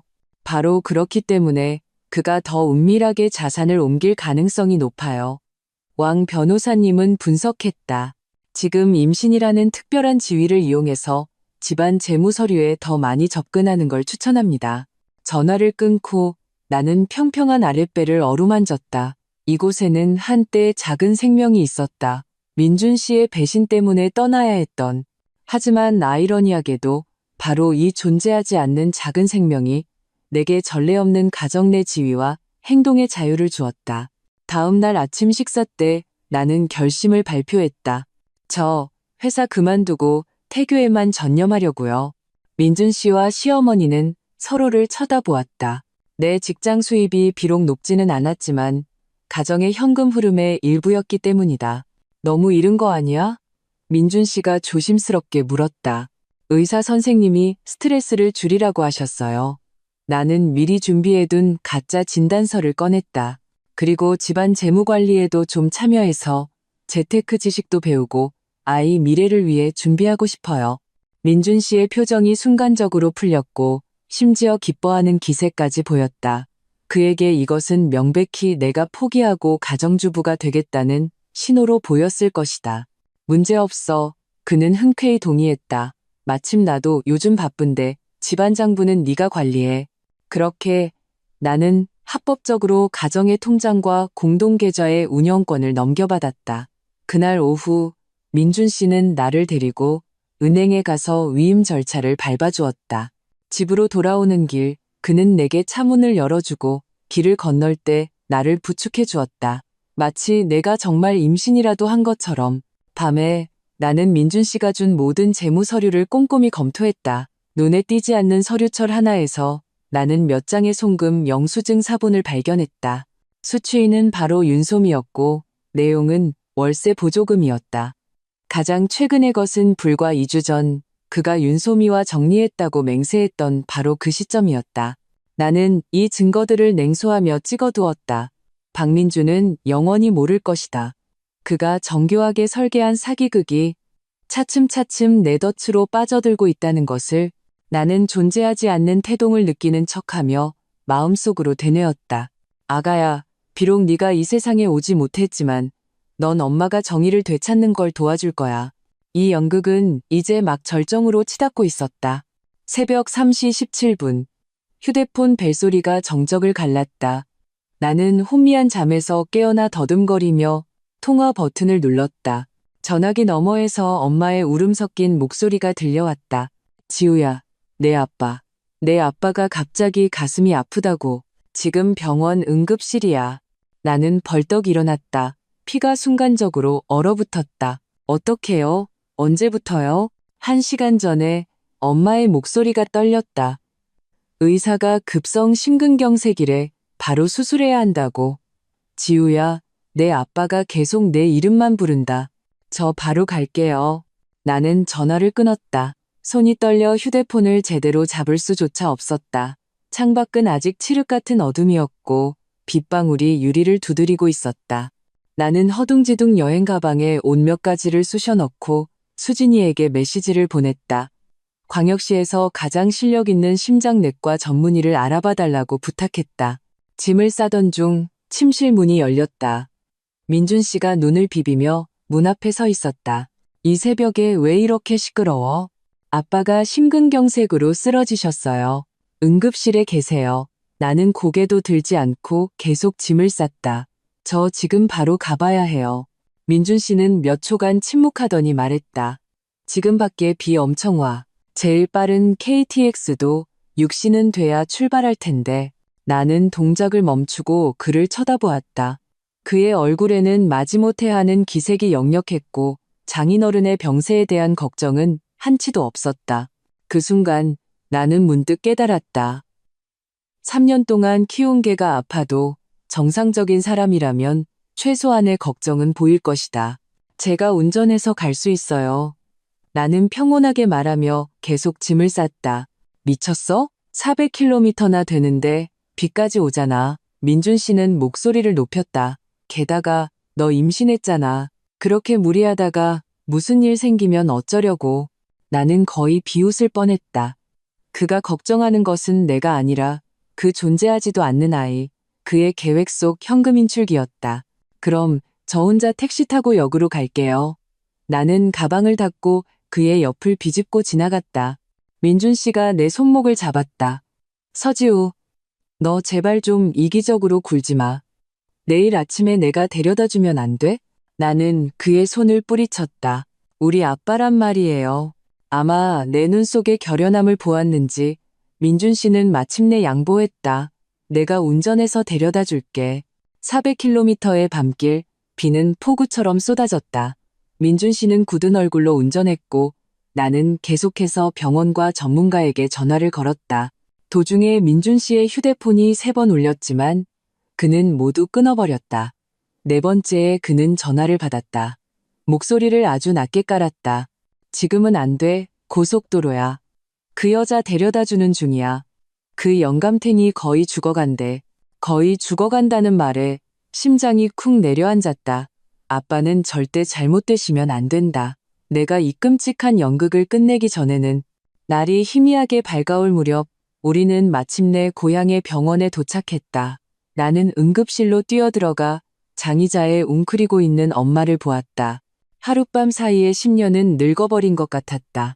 엄마, 아빠는요? 엄마는 고개를 들었고 퉁퉁 부은 눈에 희미한 빛이 스쳤다. 지우야, 수술 끝났어. 의사가 일단 안정됐다고 하는데 아직 위험한 고비는 넘기지 못했대. 나는 엄마의 깡마른 몸을 꼭 안았다. 내 품에서 떨고 있는 엄마를 느꼈다. 민준 씨는 느릿느릿 따라 들어와 건성으로 어머님, 괜찮으세요? 라고 묻고는 옆에 앉아 휴대폰만 만지작거렸다. 그때 흰 가운을 입은 의사가 다가왔다. 제가 딸입니다. 나는 급히 일어섰다. 선생님, 저희 아빠는 환자분 상태는 일단 안정적입니다. 하지만 심근 손상 부위가 넓어 면밀한 관찰이 필요합니다. 의사는 차트를 넘겨보았다. 저희가 광역시 병원 전문가분께 원격으로 자문을 구했습니다. 그제야 나는 수진이가 연락한 전문가가 이미 치료에 개입했다는 것을 알았다. 감사한 마음과 함께 민준 씨와의 기형적인 관계를 빨리 끝내야겠다는 결심이 더욱 굳어졌다. 더 이상 부모님을 내일로 걱정시켜 드릴 수 없었다. 중환자실 밖의 시간은 마치 멈춘 것 같았다. 엄마는 나더러 먼저 집에 가서 쉬라고 하셨지만 나는 남겠다고 고집했다. 민준 씨는 눈에 띄게 안절부절 못하며 계속 시계를 보았다. 결국 차에서 물건을 가져오겠다며 나갔는데 2시간이 지나도록 돌아오지 않았다. 점심 무렵 아빠가 마침내 깨어나셨다. 의사는 교대로 들어가 볼 수 있도록 허락해 주었다. 내가 격리복을 입고 병상 앞으로 다가갔을 때 아빠는 힘겹게 눈을 뜨고 나를 향해 미소 지으려 애쓰셨다. 온갖 튜브가 그의 몸에 꽂혀 있었고 모니터에서는 규칙적인 삐소리가 울렸다. 아빠, 나는 그의 차가운 손을 잡았다. 목이 꽉 막힌 것 같았다. 우리 딸, 울지 마라. 아빠의 목소리는 깃털처럼 가벼웠다. 아빠 괜찮아. 그제야 나는 내가 눈물을 흘리고 있다는 것을 깨달았다. 어릴 때부터 아빠는 내게 산과 같은 존재였다. 그런데 지금 그는 병상에 힘없이 누워 계셨고 나는 내 딸이 어떤 끔찍한 결혼 생활을 겪고 있는지조차 말씀드릴 수 없었다. 민준이는 너한테 잘해주니? 아빠가 갑자기 물으셨다. 심장이 쿵 내려앉았다. 아빠는 늘 민준 씨를 탐탁지 않아 하셨다. 당시에 내가 고집을 부려 결혼했던 것이다. 지금 생각해보니 부모님은 아마 일찌감치 무언가를 눈치채셨을지도 모른다. 네, 잘해줘요. 나는 억지로 미소를 지었다. 아빠는 걱정 마시고 몸조리나 잘하세요.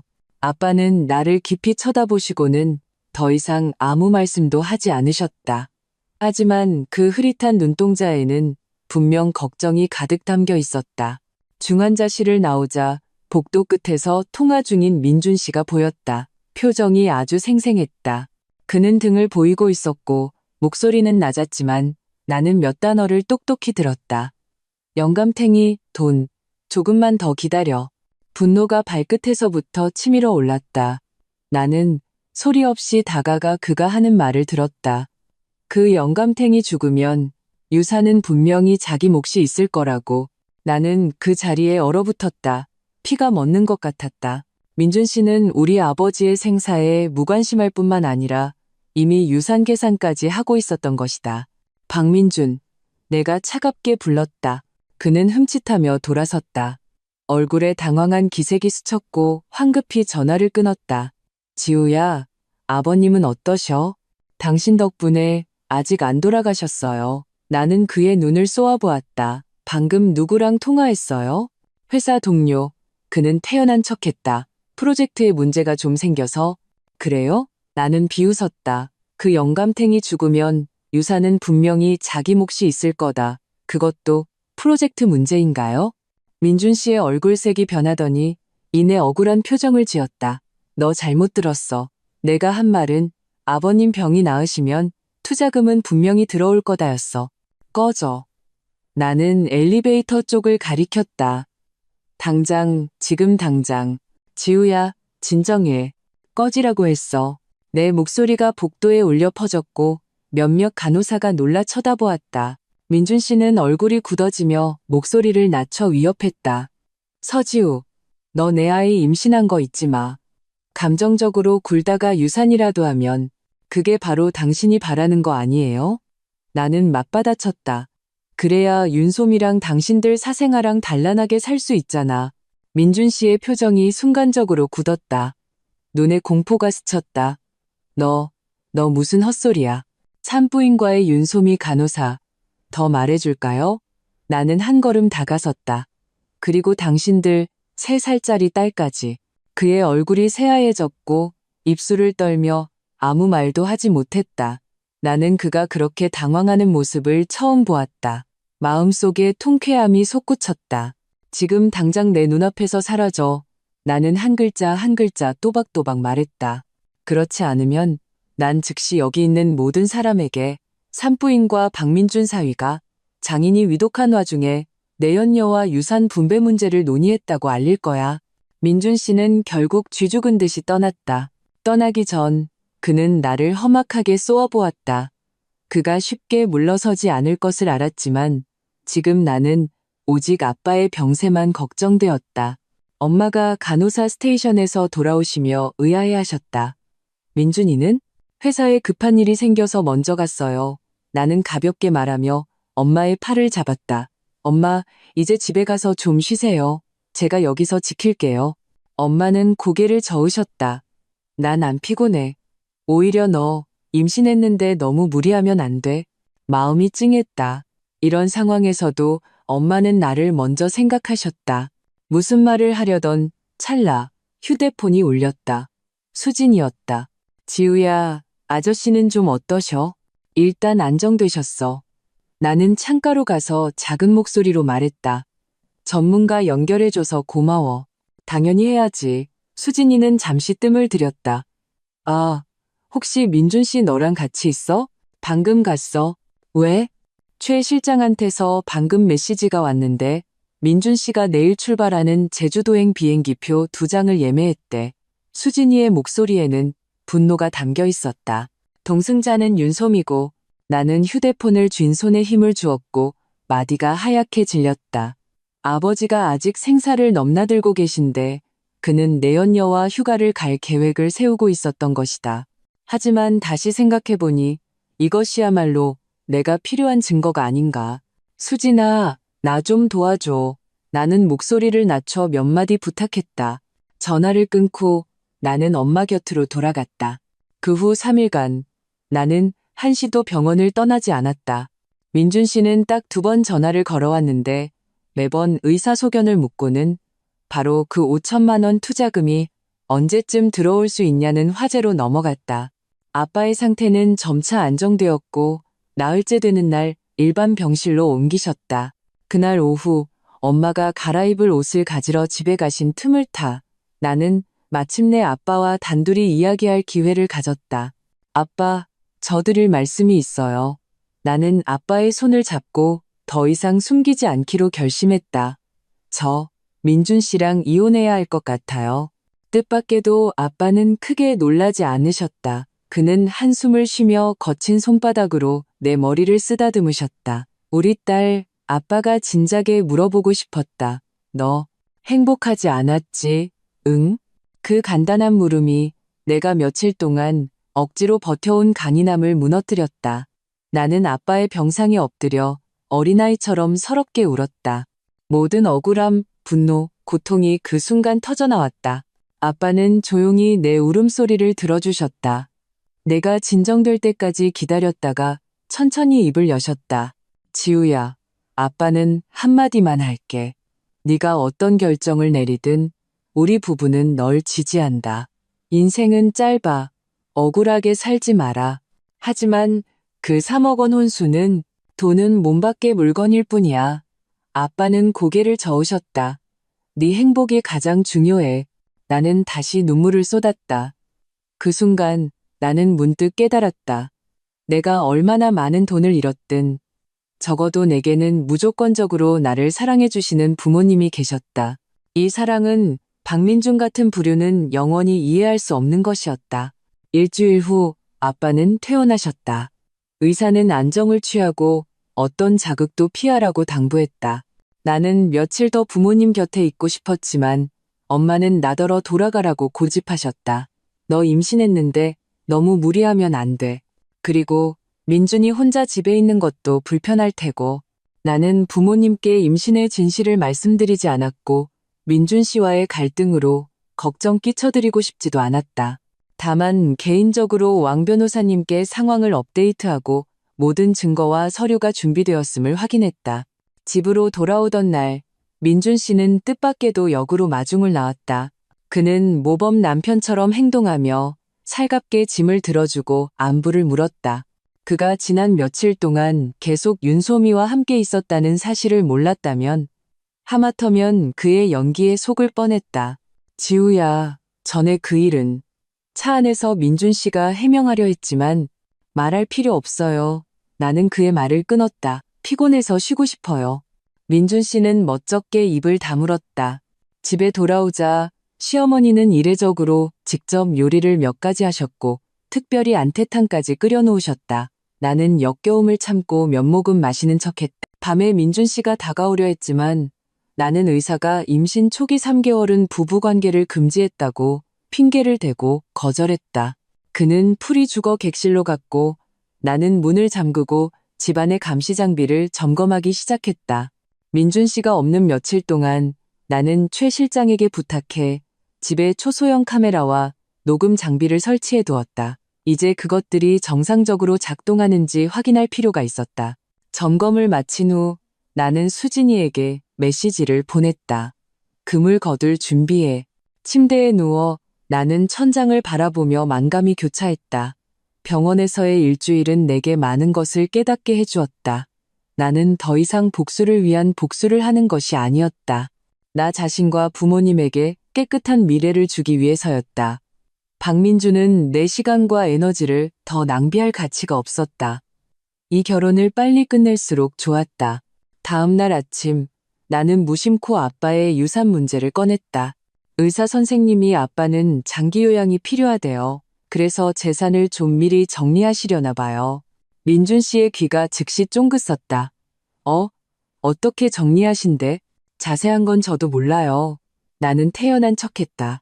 아마 고향에 있는 집을 엄마 명의로 먼저 옮기시지 않을까요? 그거 너무 아까운데. 민준 씨가 불쑥 내뱉었다가 실언했음을 깨닫고 서둘러 수습했다. 내 말은 요즘 집값 오르는데 팔아서 투자하는 게 더 낫지 않겠냐는 거지. 나는 속으로 비웃었지만 겉으로는 고개를 끄덕이며 맞장구 쳤다. 일리 있네요. 아빠한테 말씀드려 볼게요. 민준 씨의 눈에 탐욕이 스쳤다. 나는 그가 낚였다는 것을 알았다. 역시나 점심 식사 후 그는 급한 일이 있다며 나갔다. 10중 8구 윤소미와 만나 아빠의 유산에서 한몫 챙길 궁리를 하러 갔을 것이다. 나는 그 틈을 타 이삿짐 센터에 연락해 일주일 후로 서비스를 예약했다. 바로 시아버지 환갑잔치 다음 날이었다. 왕 변호사님은 이미 모든 법률 서류를 준비해 놓고 내 마지막 신호만 기다리고 있었다. 폭풍이 다가오고 있었다. 그리고 박씨 집안 사람들은 아직도 달콤한 꿈에 빠져 그들 눈에 금고가 영원히 닫힐 것이라는 사실을 전혀 모르고 있었다. 시아버지 환갑잔치 초대장이 금박을 입힌 채 내 화장대 위에 일주일째 놓여 있었다. 매일 화장할 때마다 그것을 보았다. 마치 언제든 덮쳐올 듯한 맹수처럼. 초대장에는 윙와 훅괴 영화북이라는 네 글자가 찍혀 있었다. 아이러니하게도 그 영화북이는 거의 전부 내 혼수위에 세워진 것이었다. 휴대폰이 진동했다. 수진이에게서 온 메시지였다. 모든 준비 끝났어. 내일 계획대로 진행해. 나는 메시지를 삭제하고 거울 속에 나를 보았다. 이 한 달 동안 나는 겉으로는 현명한 아내 역할을 다시 시작했다. 박씨 집안 식구들과 함께 잔치를 준비하고 심지어 입덕과 졸음을 연기했다. 민준 씨의 태도도 놀라울 정도로 좋았고 거의 모든 요구를 들어주었다. 물론 나는 이 모든 것이 우리 아빠의 존재하지 않는 유산 때문이라는 것을 알고 있었다. 지우야, 드레스는 입어봤어? 민준 씨가 문을 열고 들어왔다.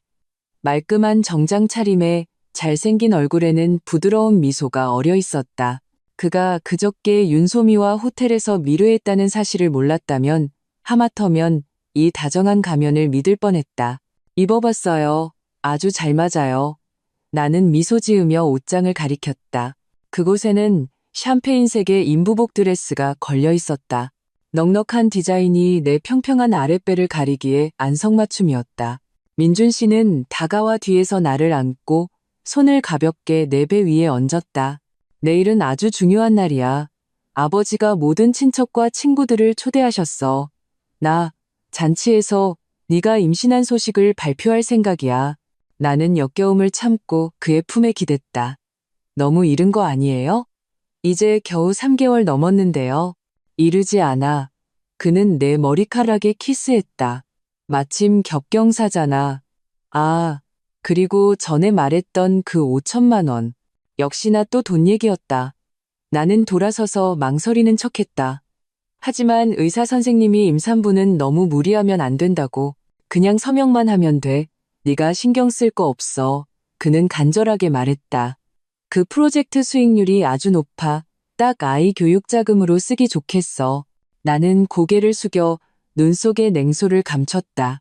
알았어요. 내일 서명할게요. 민준 씨는 기뻐하며 내게 몇 번 더 키스하고 떠났다. 그가 떠난 후 나는 즉시 왕 변호사님께 메시지를 보내 모든 법률 서류가 준비되었음을 확인했다. 다음 날 아침 박씨 집안은 온통 난리였다. 환갑잔치는 시내 최고급 호텔에서 열렸고 민준 씨는 연회장 전체를 빌렸다. 장식에만 2천만 원이 들었다. 당연히 우리 공동 계좌에서 지출된 돈이었다.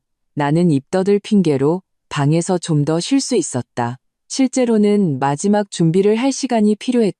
USB 속 증거 파일들을 확인하고 휴대폰 녹음 기능이 켜져 있는지 확인한 후 그 넉넉한 드레스로 갈아입었다.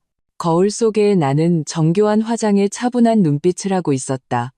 곧 폭풍을 일으킬 사람이라고는 전혀 보이지 않았다. 지우야, 출발해야지. 민준 씨가 문 밖에서 재촉했다. 호텔 연회장은 화려하게 빛났고 20개의 테이블은 거의 만석이었다. 박씨 집안 친척, 사업 파트너, 온갖 친구들이 모여 있었다. 술잔이 오가는 사이 온통 아첨하는 말뿐이었다. 나와 민준 씨, 시부모님은 입구에 서서 손님을 맞으며 쏟아지는 축복을 받았다. 박 사장님, 복도 많으셔. 아드님이 저렇게 출세하고 민준이가 참 현명한 며느리를 얻었어. 듣자 하니 혼수만 3억이라던데. 어머, 지우씨, 경사 났네. 축하해요. 축하해. 나는 미소 지으며 모든 손님을 응대하면서 동시에 몰래 연회장 구조를 살폈다. 무대 중앙의 대형 스크린에는 시아버지의 빛나는 인생 사진들이 반복해서 재생되고 있었다. 그 옆에는 전문 사진사와 음향 기사가 있었다. 이 모든 것은 내가 세심하게 준비한 것이었다. 연회가 시작되고 온갖 진귀한 음식들이 차례로 올라왔다. 민준 씨는 내 옆에 앉아 계속해서 음식을 덜어주며 다정한 남편을 연기했다. 시어머니는 때때로 내 배를 힐끗거리며 눈에 계산적인 빛을 번뜩였다. 술이 몇 순배 돌고 사회자가 축수 순서를 알렸다. 민준 씨가 먼저 무대에 올라 감정이 풍부한 목소리로 아버지의 양육의 은혜를 이야기하며 박수갈채를 받았다.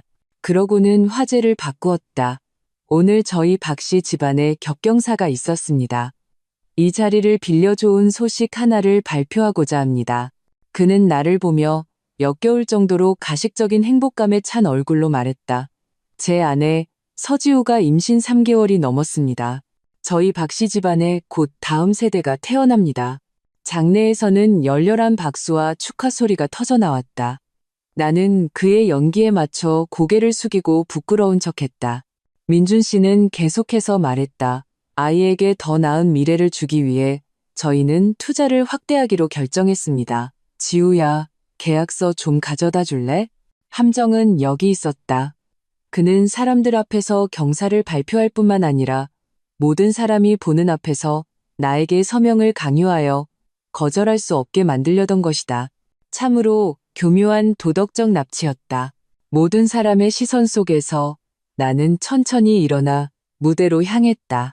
민준 씨는 승리의 미소를 지으며 내게 서류한 뭉치와 펜을 건넸다. 아래의 손님들은 아직 격경사의 분위기에 취해 있었고 아무도 내 눈에 스친 차가운 빛을 눈치채지 못했다. 서명하기 전에 저도 발표할 소식이 하나 있습니다. 나는 마이크를 받아들었다. 목소리는 맑고 평온했다. 민준 씨는 잠시 멈칫했지만 내가 무슨 감사 인사를 하려나 보다 생각하고는 금세 미소를 되찾았다. 나는 음향기사에게 다가가 USB 하나를 건넸다. 이 파일 좀 재생해주세요. 민준 씨는 마침내 무언가 잘못됐다는 것을 깨닫고 막으려 했지만 이미 늦었다. 대형 스크린의 환갑 사진이 갑자기 그와 윤소미의 다정한 사진으로 바뀌었다. 이어서 호텔 복도의 CCTV 영상이 재생되었다. 그들이 서로를 껴안고 방으로 들어가는 모습이 선명하게 찍혀 있었다. 장내는 술렁이었다. 이게 뭐야? 꺼. 당장 꺼. 민준 씨가 음향기사에게 달려들었지만 내가 막아섰다. 급하긴 좋은 구경은 이제 시작인데 나는 비웃었다. 스크린에는 계속해서 일련의 은행 거래 내역과 계약서들이 표시되었다. 민준 씨가 지난 2년간 약 1억 5천만 원의 자금을 윤소미 명의로 빼돌렸다는 증거였다. 마지막으로는 녹음 파일이 재생되었다. 민준 씨의 목소리가 선명하게 울려 퍼졌다. 그 영감탱이 죽으면 유산은 분명히 자기 몫이 있을 거라고. 장내는 죽은 듯이 고요해졌다. 민준 씨의 얼굴은 붉어졌다가 하얗게 다시 파랗게 변했다. 시아버지는 주빈석 옆에 얼어붙었고 손에 든 술잔이 쨍그랑 소리를 내며 바닥에 떨어졌다. 시아버님 환갑잔치에 와주신 모든 분께 감사드립니다. 나는 충격에 빠진 손님들을 향해 한치의 떨림도 없는 목소리로 말했다. 이 자리를 빌려 저는 공식적으로 박민준 씨와의 결혼 관계가 끝났음을 선언합니다. 저는 이미 법원에 이혼 소송을 제기했으며 모든 혼수금 반환을 요구했습니다. 미쳤어. 민준 씨가 마침내 목소리를 되찾고 흉측한 얼굴로 달려들었다. 그건 내 돈이야. 나는 이미 데뷔하고 있었기에 재빨리 경호원 옆으로 물러섰다. 왕 변호사님이 때맞춰 나타나 서류한 뭉치를 건네주셨다. 혼전 계약서와 은행 거래 내역에 따르면 그 3억 원의 혼수는 전부 저희 부모님에게서 나온 것입니다. 나는 서류를 들어보였다. 박민준 씨는 자산을 빼돌려 내연녀를 부양했을 뿐만 아니라 그와 3살 사생아까지 있습니다. 여기 친자 감정 보고서가 증거입니다. 장내는 다시 술렁였다. 일부 여성 손님들은 이미 민준 씨에게 경멸의 눈초리를 보내고 있었고 박 씨 집안 친척들은 얼굴이 굳어 있었다. 너, 이 천박한 년. 민준 씨는 마침내 위장을 벗어던지고 내게 손가락질하며 욕을 퍼부었다. 이혼이 그렇게 쉬운 줄 알아? 내가 다 폭로할 거야. 내 뱃속에는 내 아이가 있어. 판사가 이혼 판결 안 해줄 걸. 나는 그가 이 카드를 쓸 것을 이미 예상하고 있었다. 태연하게 가방에서 다른 서류를 꺼냈다. 유감스럽게도 아이는 없습니다. 3주 전에 저는 임신 중절 수술을 받았습니다. 나는 의도적으로 말을 끊고 장내를 둘러보았다. 왜냐하면 아이 아버지가 수년간 외도했을 뿐만 아니라 다른 여자와 사생아까지 있다는 사실을 발견했기 때문입니다. 이것은 수술 증명서와 제 결정이 남편의 외도로 인한 정신적 충격 때문이었음을 증명하는 정신과 의사의 진단서입니다. 민준 씨는 벼락이라도 맞은 듯 그 자리에 얼어붙었다. 손님들은 웅성거렸고 장내는 아수라장이 되었다. 시어머니가 비명을 지르며 내 얼굴을 핥히려 달려들었지만 경호원에게 제지당했다. 서지우, 네가 내 손주를 죽였어? 그녀는 히스테릭하게 울부짖었다. 어머님, 잘못하셨어요. 나는 비웃으며 정정했다. 어머님 손자는 윤소미 씨한테 있어요. 벌써 3살이에요. 사진이라도 보여드릴까요? 이 말은 낙타의 등을 부러뜨린 마지막 지푸라기가 되었다. 시아버지는 가슴을 부여잡고 의자에 주저앉았고 몇몇 친척들이 허둥지둥 약을 찾았다. 민준 씨는 갇힌 짐승처럼 왕 변호사님과 경호원에게 막혀 멀리서 무력하게 분노를 터뜨릴 뿐이었다. 여러분, 잔치 분위기를 망쳐서 죄송합니다. 나는 핸드백을 들고 출구로 향했다. 계산은 이미 마쳤습니다. 시아버님께 드리는 마지막 선물이라고 생각해 주세요. 민준 씨는 재질을 뿌리치고 복도까지 쫓아왔다. 그의 목소리에는 전례 없는 공포가 담겨 있었다. 지우야, 가지마. 우리 다시 시작할 수 있어. 내가 솜이랑 확실히 정리할게. 약속해. 그만해요. 나는 뒤도 돌아보지 않고 엘리베이터 버튼을 눌렀다. 당신 약속, 걔도 안 믿어요. 그럼 너 돈 한 푼도 못 돌려받을 줄 알아. 그는 다시 위협으로 돌아섰다. 그 돈은 이미 다 빼돌렸어. 너 한 푼도 못 가져가. 엘리베이터 문이 열렸다. 나는 안으로 들어가 마침내 그를 마주보았다. 말하는 걸 잊었네요. 공동계좌에 있던 8천만 원, 어제 이미 저희 부모님 계좌로 돌려보냈어요. 그리고 윤소미 씨 명의의 자산은 나는 의미심장한 미소를 지었다. 중혼죄와 사기죄의 공소시효는 아주 길어요. 제가 천천히 되찾기에 충분하죠. 엘리베이터 문이 닫히는 순간 나는 바닥에 주저앉은 민준 씨의 처참한 모습을 보았다. 3년간의 굴욕과 고통이 그 순간 마침내 해소되었다.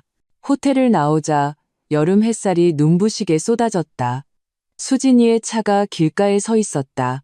나는 차문을 열고 들어가 긴 한숨을 내쉬었다. 순조로웠어? 수진이가 참지 못하고 물었다. 예상보다 훨씬. 나는 안전벨트를 메었다. 우리 집으로 가자. 이삿짐 센터가 도착했을 거야. 그렇다. 나는 법률 서류와 증거뿐만 아니라 모든 후속 조치까지 준비해두었다.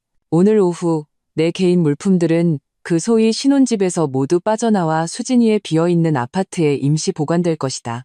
그리고 나 자신은 당분간 부모님 댁에서 지낼 생각이었다. 아빠는 요양이 필요했고 나 역시 그랬다. 차가 호텔을 떠날 때 나는 마지막으로 그 화려한 건물을 보았다. 그곳에서 나는 박민준의 아내로서의 삶을 끝냈다. 그리고 이제 나는 서지호라는 이름으로 다시 시작할 것이다. 휴대폰이 쉴 새 없이 진동했다. 민준 씨와 박 씨 집안 친척들의 폭격이었다. 나는 그대로 전원을 꺼버리고 좌석에 기대 눈을 감았다. 내일이면 박 씨 집안은 더 많은 놀라움을 발견하게 될 것이다. 수도와 전기요금 미납, 회원카드 해지, 모든 공동계좌 동결. 하지만 이 모든 것은 이제 나와 상관없는 일이었다. 앞으로 계획은? 수진이가 물었다. 나는 눈을 뜨고 빠르게 지나가는 창밖 풍경을 보았다. 일단 아빠 몸조리 잘 도와드리고 그 다음엔 작은 가게라도 열까봐. 나 원래 꽃 만지는 거 좋아했잖아. 수진이가 웃었다. 좋은 생각인데 투자 파트너 필요하면 말해. 나도 웃었다. 정말로 편안한 미소였다. 3억 원짜리 교훈은 자유를 사왔다. 비록 비쌌지만 그럴 가치가 있었다. 차는 고속도로에 올라 집으로 향했다. 백미러 속에서 호텔의 높은 건물이 점점 멀어져 갔다.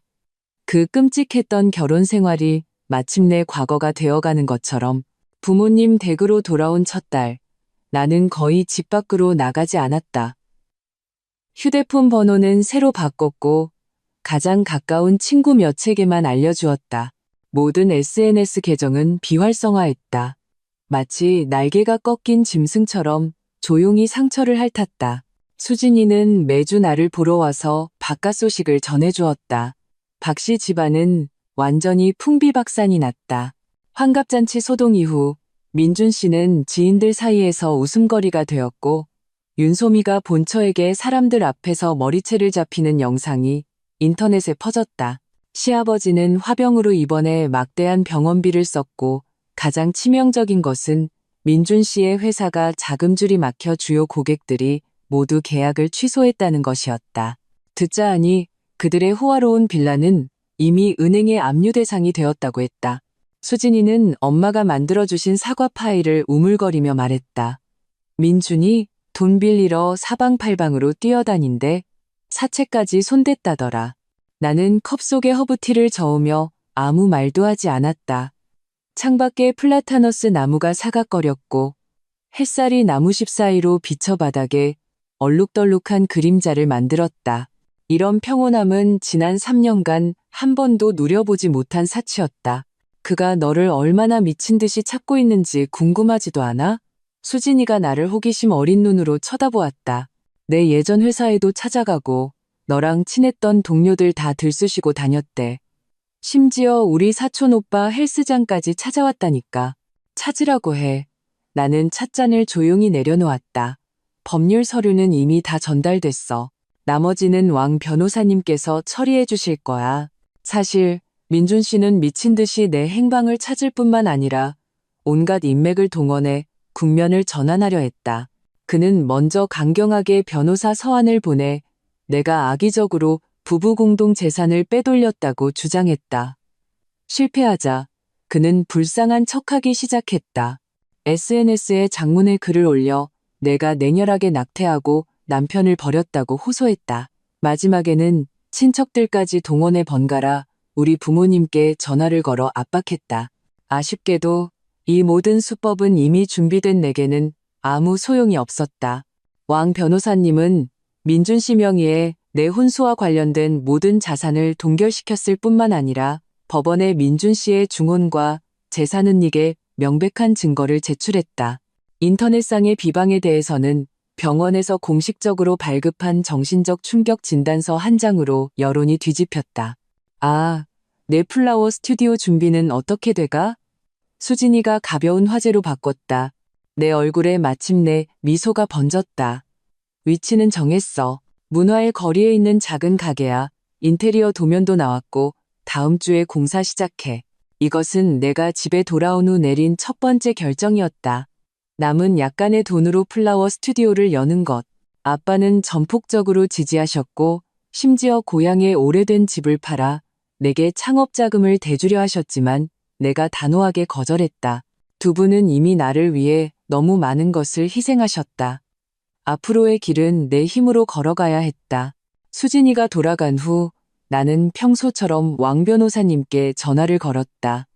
그는 법원이 이미 이혼 소송을 접수했고 첫 번째 조정기일이 다음 달로 잡혔다고 알려주었다. 민준 씨 쪽은 새로운 움직임 없나요? 내가 물었다. 어제 나를 찾아왔었네. 왕 변호사님의 목소리에는 약간의 경멸이 섞여 있었다.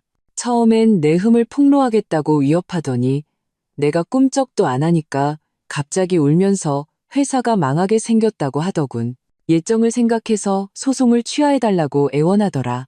예정? 나는 비웃었다. 그가 말하는 예정이란 사기 결혼, 외도, 재산 은닉, 아니면 우리 아빠가 빨리 죽기를 바란 것이었을까? 신경 쓰지 마. 왕 변호사님은 나를 위로했다. 증거가 확실해. 이 소송 우리가 무조건 이겨. 아, 부모님은 괜찮으세요? 나는 마당에서 장미를 손질하고 계신 아빠를 보았다. 퇴원 후 아빠의 안색은 날이 갈수록 좋아졌다. 의사는 무리하지 말라고 했지만 아빠는 늘 가만히 계시지 못하고 집에 작은 정원을 정성껏 가꾸셨다. 네, 두 분 다 잘 계세요. 왕 아저씨, 신경 써주셔서 감사해요. 전화를 끊고 나는 아빠의 원예 작업에 동참했다. 아빠는 내게 여러 장미 품종을 구별하는 법을 가르쳐 주셨다. 그 손길은 마치 보물을 다루는 것처럼 부드러웠다. 3년 전 바로 이 정원에서 나는 고집스럽게 민준 씨와 결혼하겠다고 선언했고 아빠는 화가 나 가장 아끼던 자사오를 던져 깨뜨리셨다. 지금 생각해보니 아빠는 그때 이미 민준 씨가 좋은 짝이 아니라는 것을 알아보셨던 것이다. 다만 내 고집을 꺾지 못하셨을 뿐. 아빠, 죄송해요. 내가 갑자기 말했다. 손가락이 무의식적으로 장미잎 하나를 으깼다. 아빠는 가위를 멈추고 온화하게 나를 보셨다. 바보 같은 소리. 뭐가? 그때 아빠 말씀 안 들은 거요. 그 3억 원 혼수도요. 아빠랑 엄마 걱정시킨 것도요. 내 목소리가 메었다. 아빠는 내 어깨를 토닥여 주셨다. 어릴 때 내가 넘어진 후 해주시던 것처럼. 인생에 헛된 길은 없어. 그 돈은 수업료 냈다고 생각하렴. 나는 아빠 어깨에 기댔다. 아빠에게서 옅은 흙냄새와 담배 냄새가 났다. 한때 내 마음속에 산처럼 위대했던 이 남자는 이제 뼈가 만져질 정도로 마르셨지만 내게 주시는 안정감은 조금도 줄지 않았다. 다음 날 아침 모르는 번호로 전화가 걸려왔다. 직감적으로 민준 씨라는 것을 알았다. 나는 망설이다가 전화를 받았다. 지우야, 드디어 찾았네. 민준 씨의 목소리는 가식적인 기쁨으로 가득했다. 어디야? 우리 만나서 제대로 얘기 좀 하자. 할 말 있으면 그냥 해요. 나는 냉담하게 그의 말을 끊었다. 내가 잘못했어. 정말 잘못했어. 그의 목소리에 갑자기 울음이 섞였다. 회사가 망하게 생겼어. 엄마는 아프시고 아빠는 아직도 입원 중이야. 지우야, 우리 3년 부부였던 정을 봐서라도 제발 나 좀 도와줘. 나는 휴대폰을 꽉 쥐었다. 손톱이 손바닥을 깊이 파고들었다. 한때 이 목소리가 속삭이던 사랑의 말에 내 마음은 설렜었다. 지금은 역겨움만 느껴졌다. 박민준 씨, 우리 사이엔 더 이상 할 말 없어요. 법원 판결이나 기다리세요. 너 이렇게 매정하게 굴 수 없어. 그의 말투가 갑자기 흉포하게 변했다.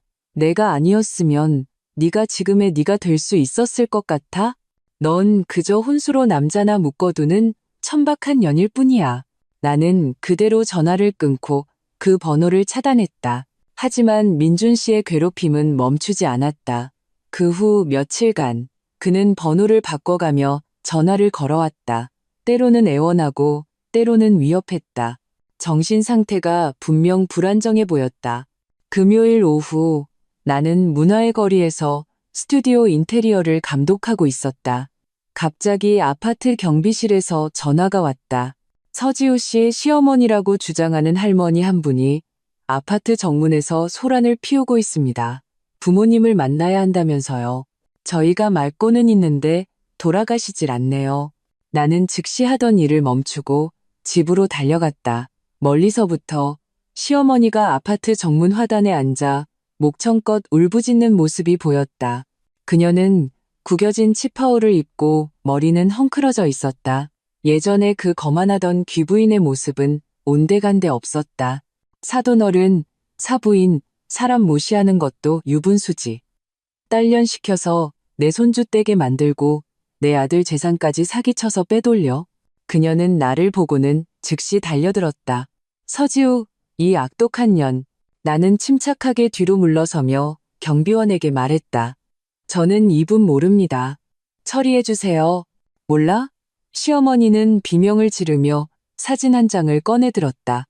여러분, 보세요. 이게 내 아들이랑 인연 결혼 사진이에요. 인연이 혼수 3억을 들고 튀어서 우리 가족을 길거리에 나앉게 만들었어요. 구경꾼들이 점점 많아졌고 몇몇이 수군거리기 시작했다. 나는 심호흡을 하고 휴대폰을 꺼내 110에 전화를 걸었다. 여보세요? 110이죠? 여기 햇살 아파트 정문인데요. 어떤 분이 소란을 피우고 주민들을 괴롭히고 있습니다. 시어머니는 내가 경찰에 신고하는 것을 보고는 더욱 히스테릭해져 내 얼굴을 할퀴려 달려들었다. 2명의 경비원이 제때 그녀를 붙잡자 그녀는 갑자기 아픈 척하기 시작했다. 가슴을 부여잡고 심장병이 도졌다고 소리쳤다. 경찰이 곧 도착했고 간단히 상황을 파악한 후 시어머니에게 떠날 것을 요구했다. 그녀는 끝까지 버티다가 결국 강제로 경찰차에 태워졌다. 떠나기 전 그녀는 나를 험악하게 쏘아보며 외쳤다. 서지우, 너 천벌 받을 거야. 내 아들이 가만두지 않을 거라고. 이 소동은 시어머니가 공공질서 문란으로 3일간 구류되는 것으로 끝났다. 하지만 나는 이것이 시작에 불과하다는 것을 알았다. 역시나 그날 밤 민준 씨는 연달아 협박 문자를 보내왔다. 나에게 대가를 치르게 하겠다고 으름장을 놓았다. 나는 모든 위험 메시지를 왕 변호사님께 전달하고 집의 보안을 강화했다. 아빠는 입으로는 그런 물의 배는 무섭지 않다고 하셨지만 나는 아빠가 몹시 걱정하고 계시다는 것을 알 수 있었다. 밤에 자주 일어나 문단속을 확인하셨다. 일주일 후 나는 혼자였다.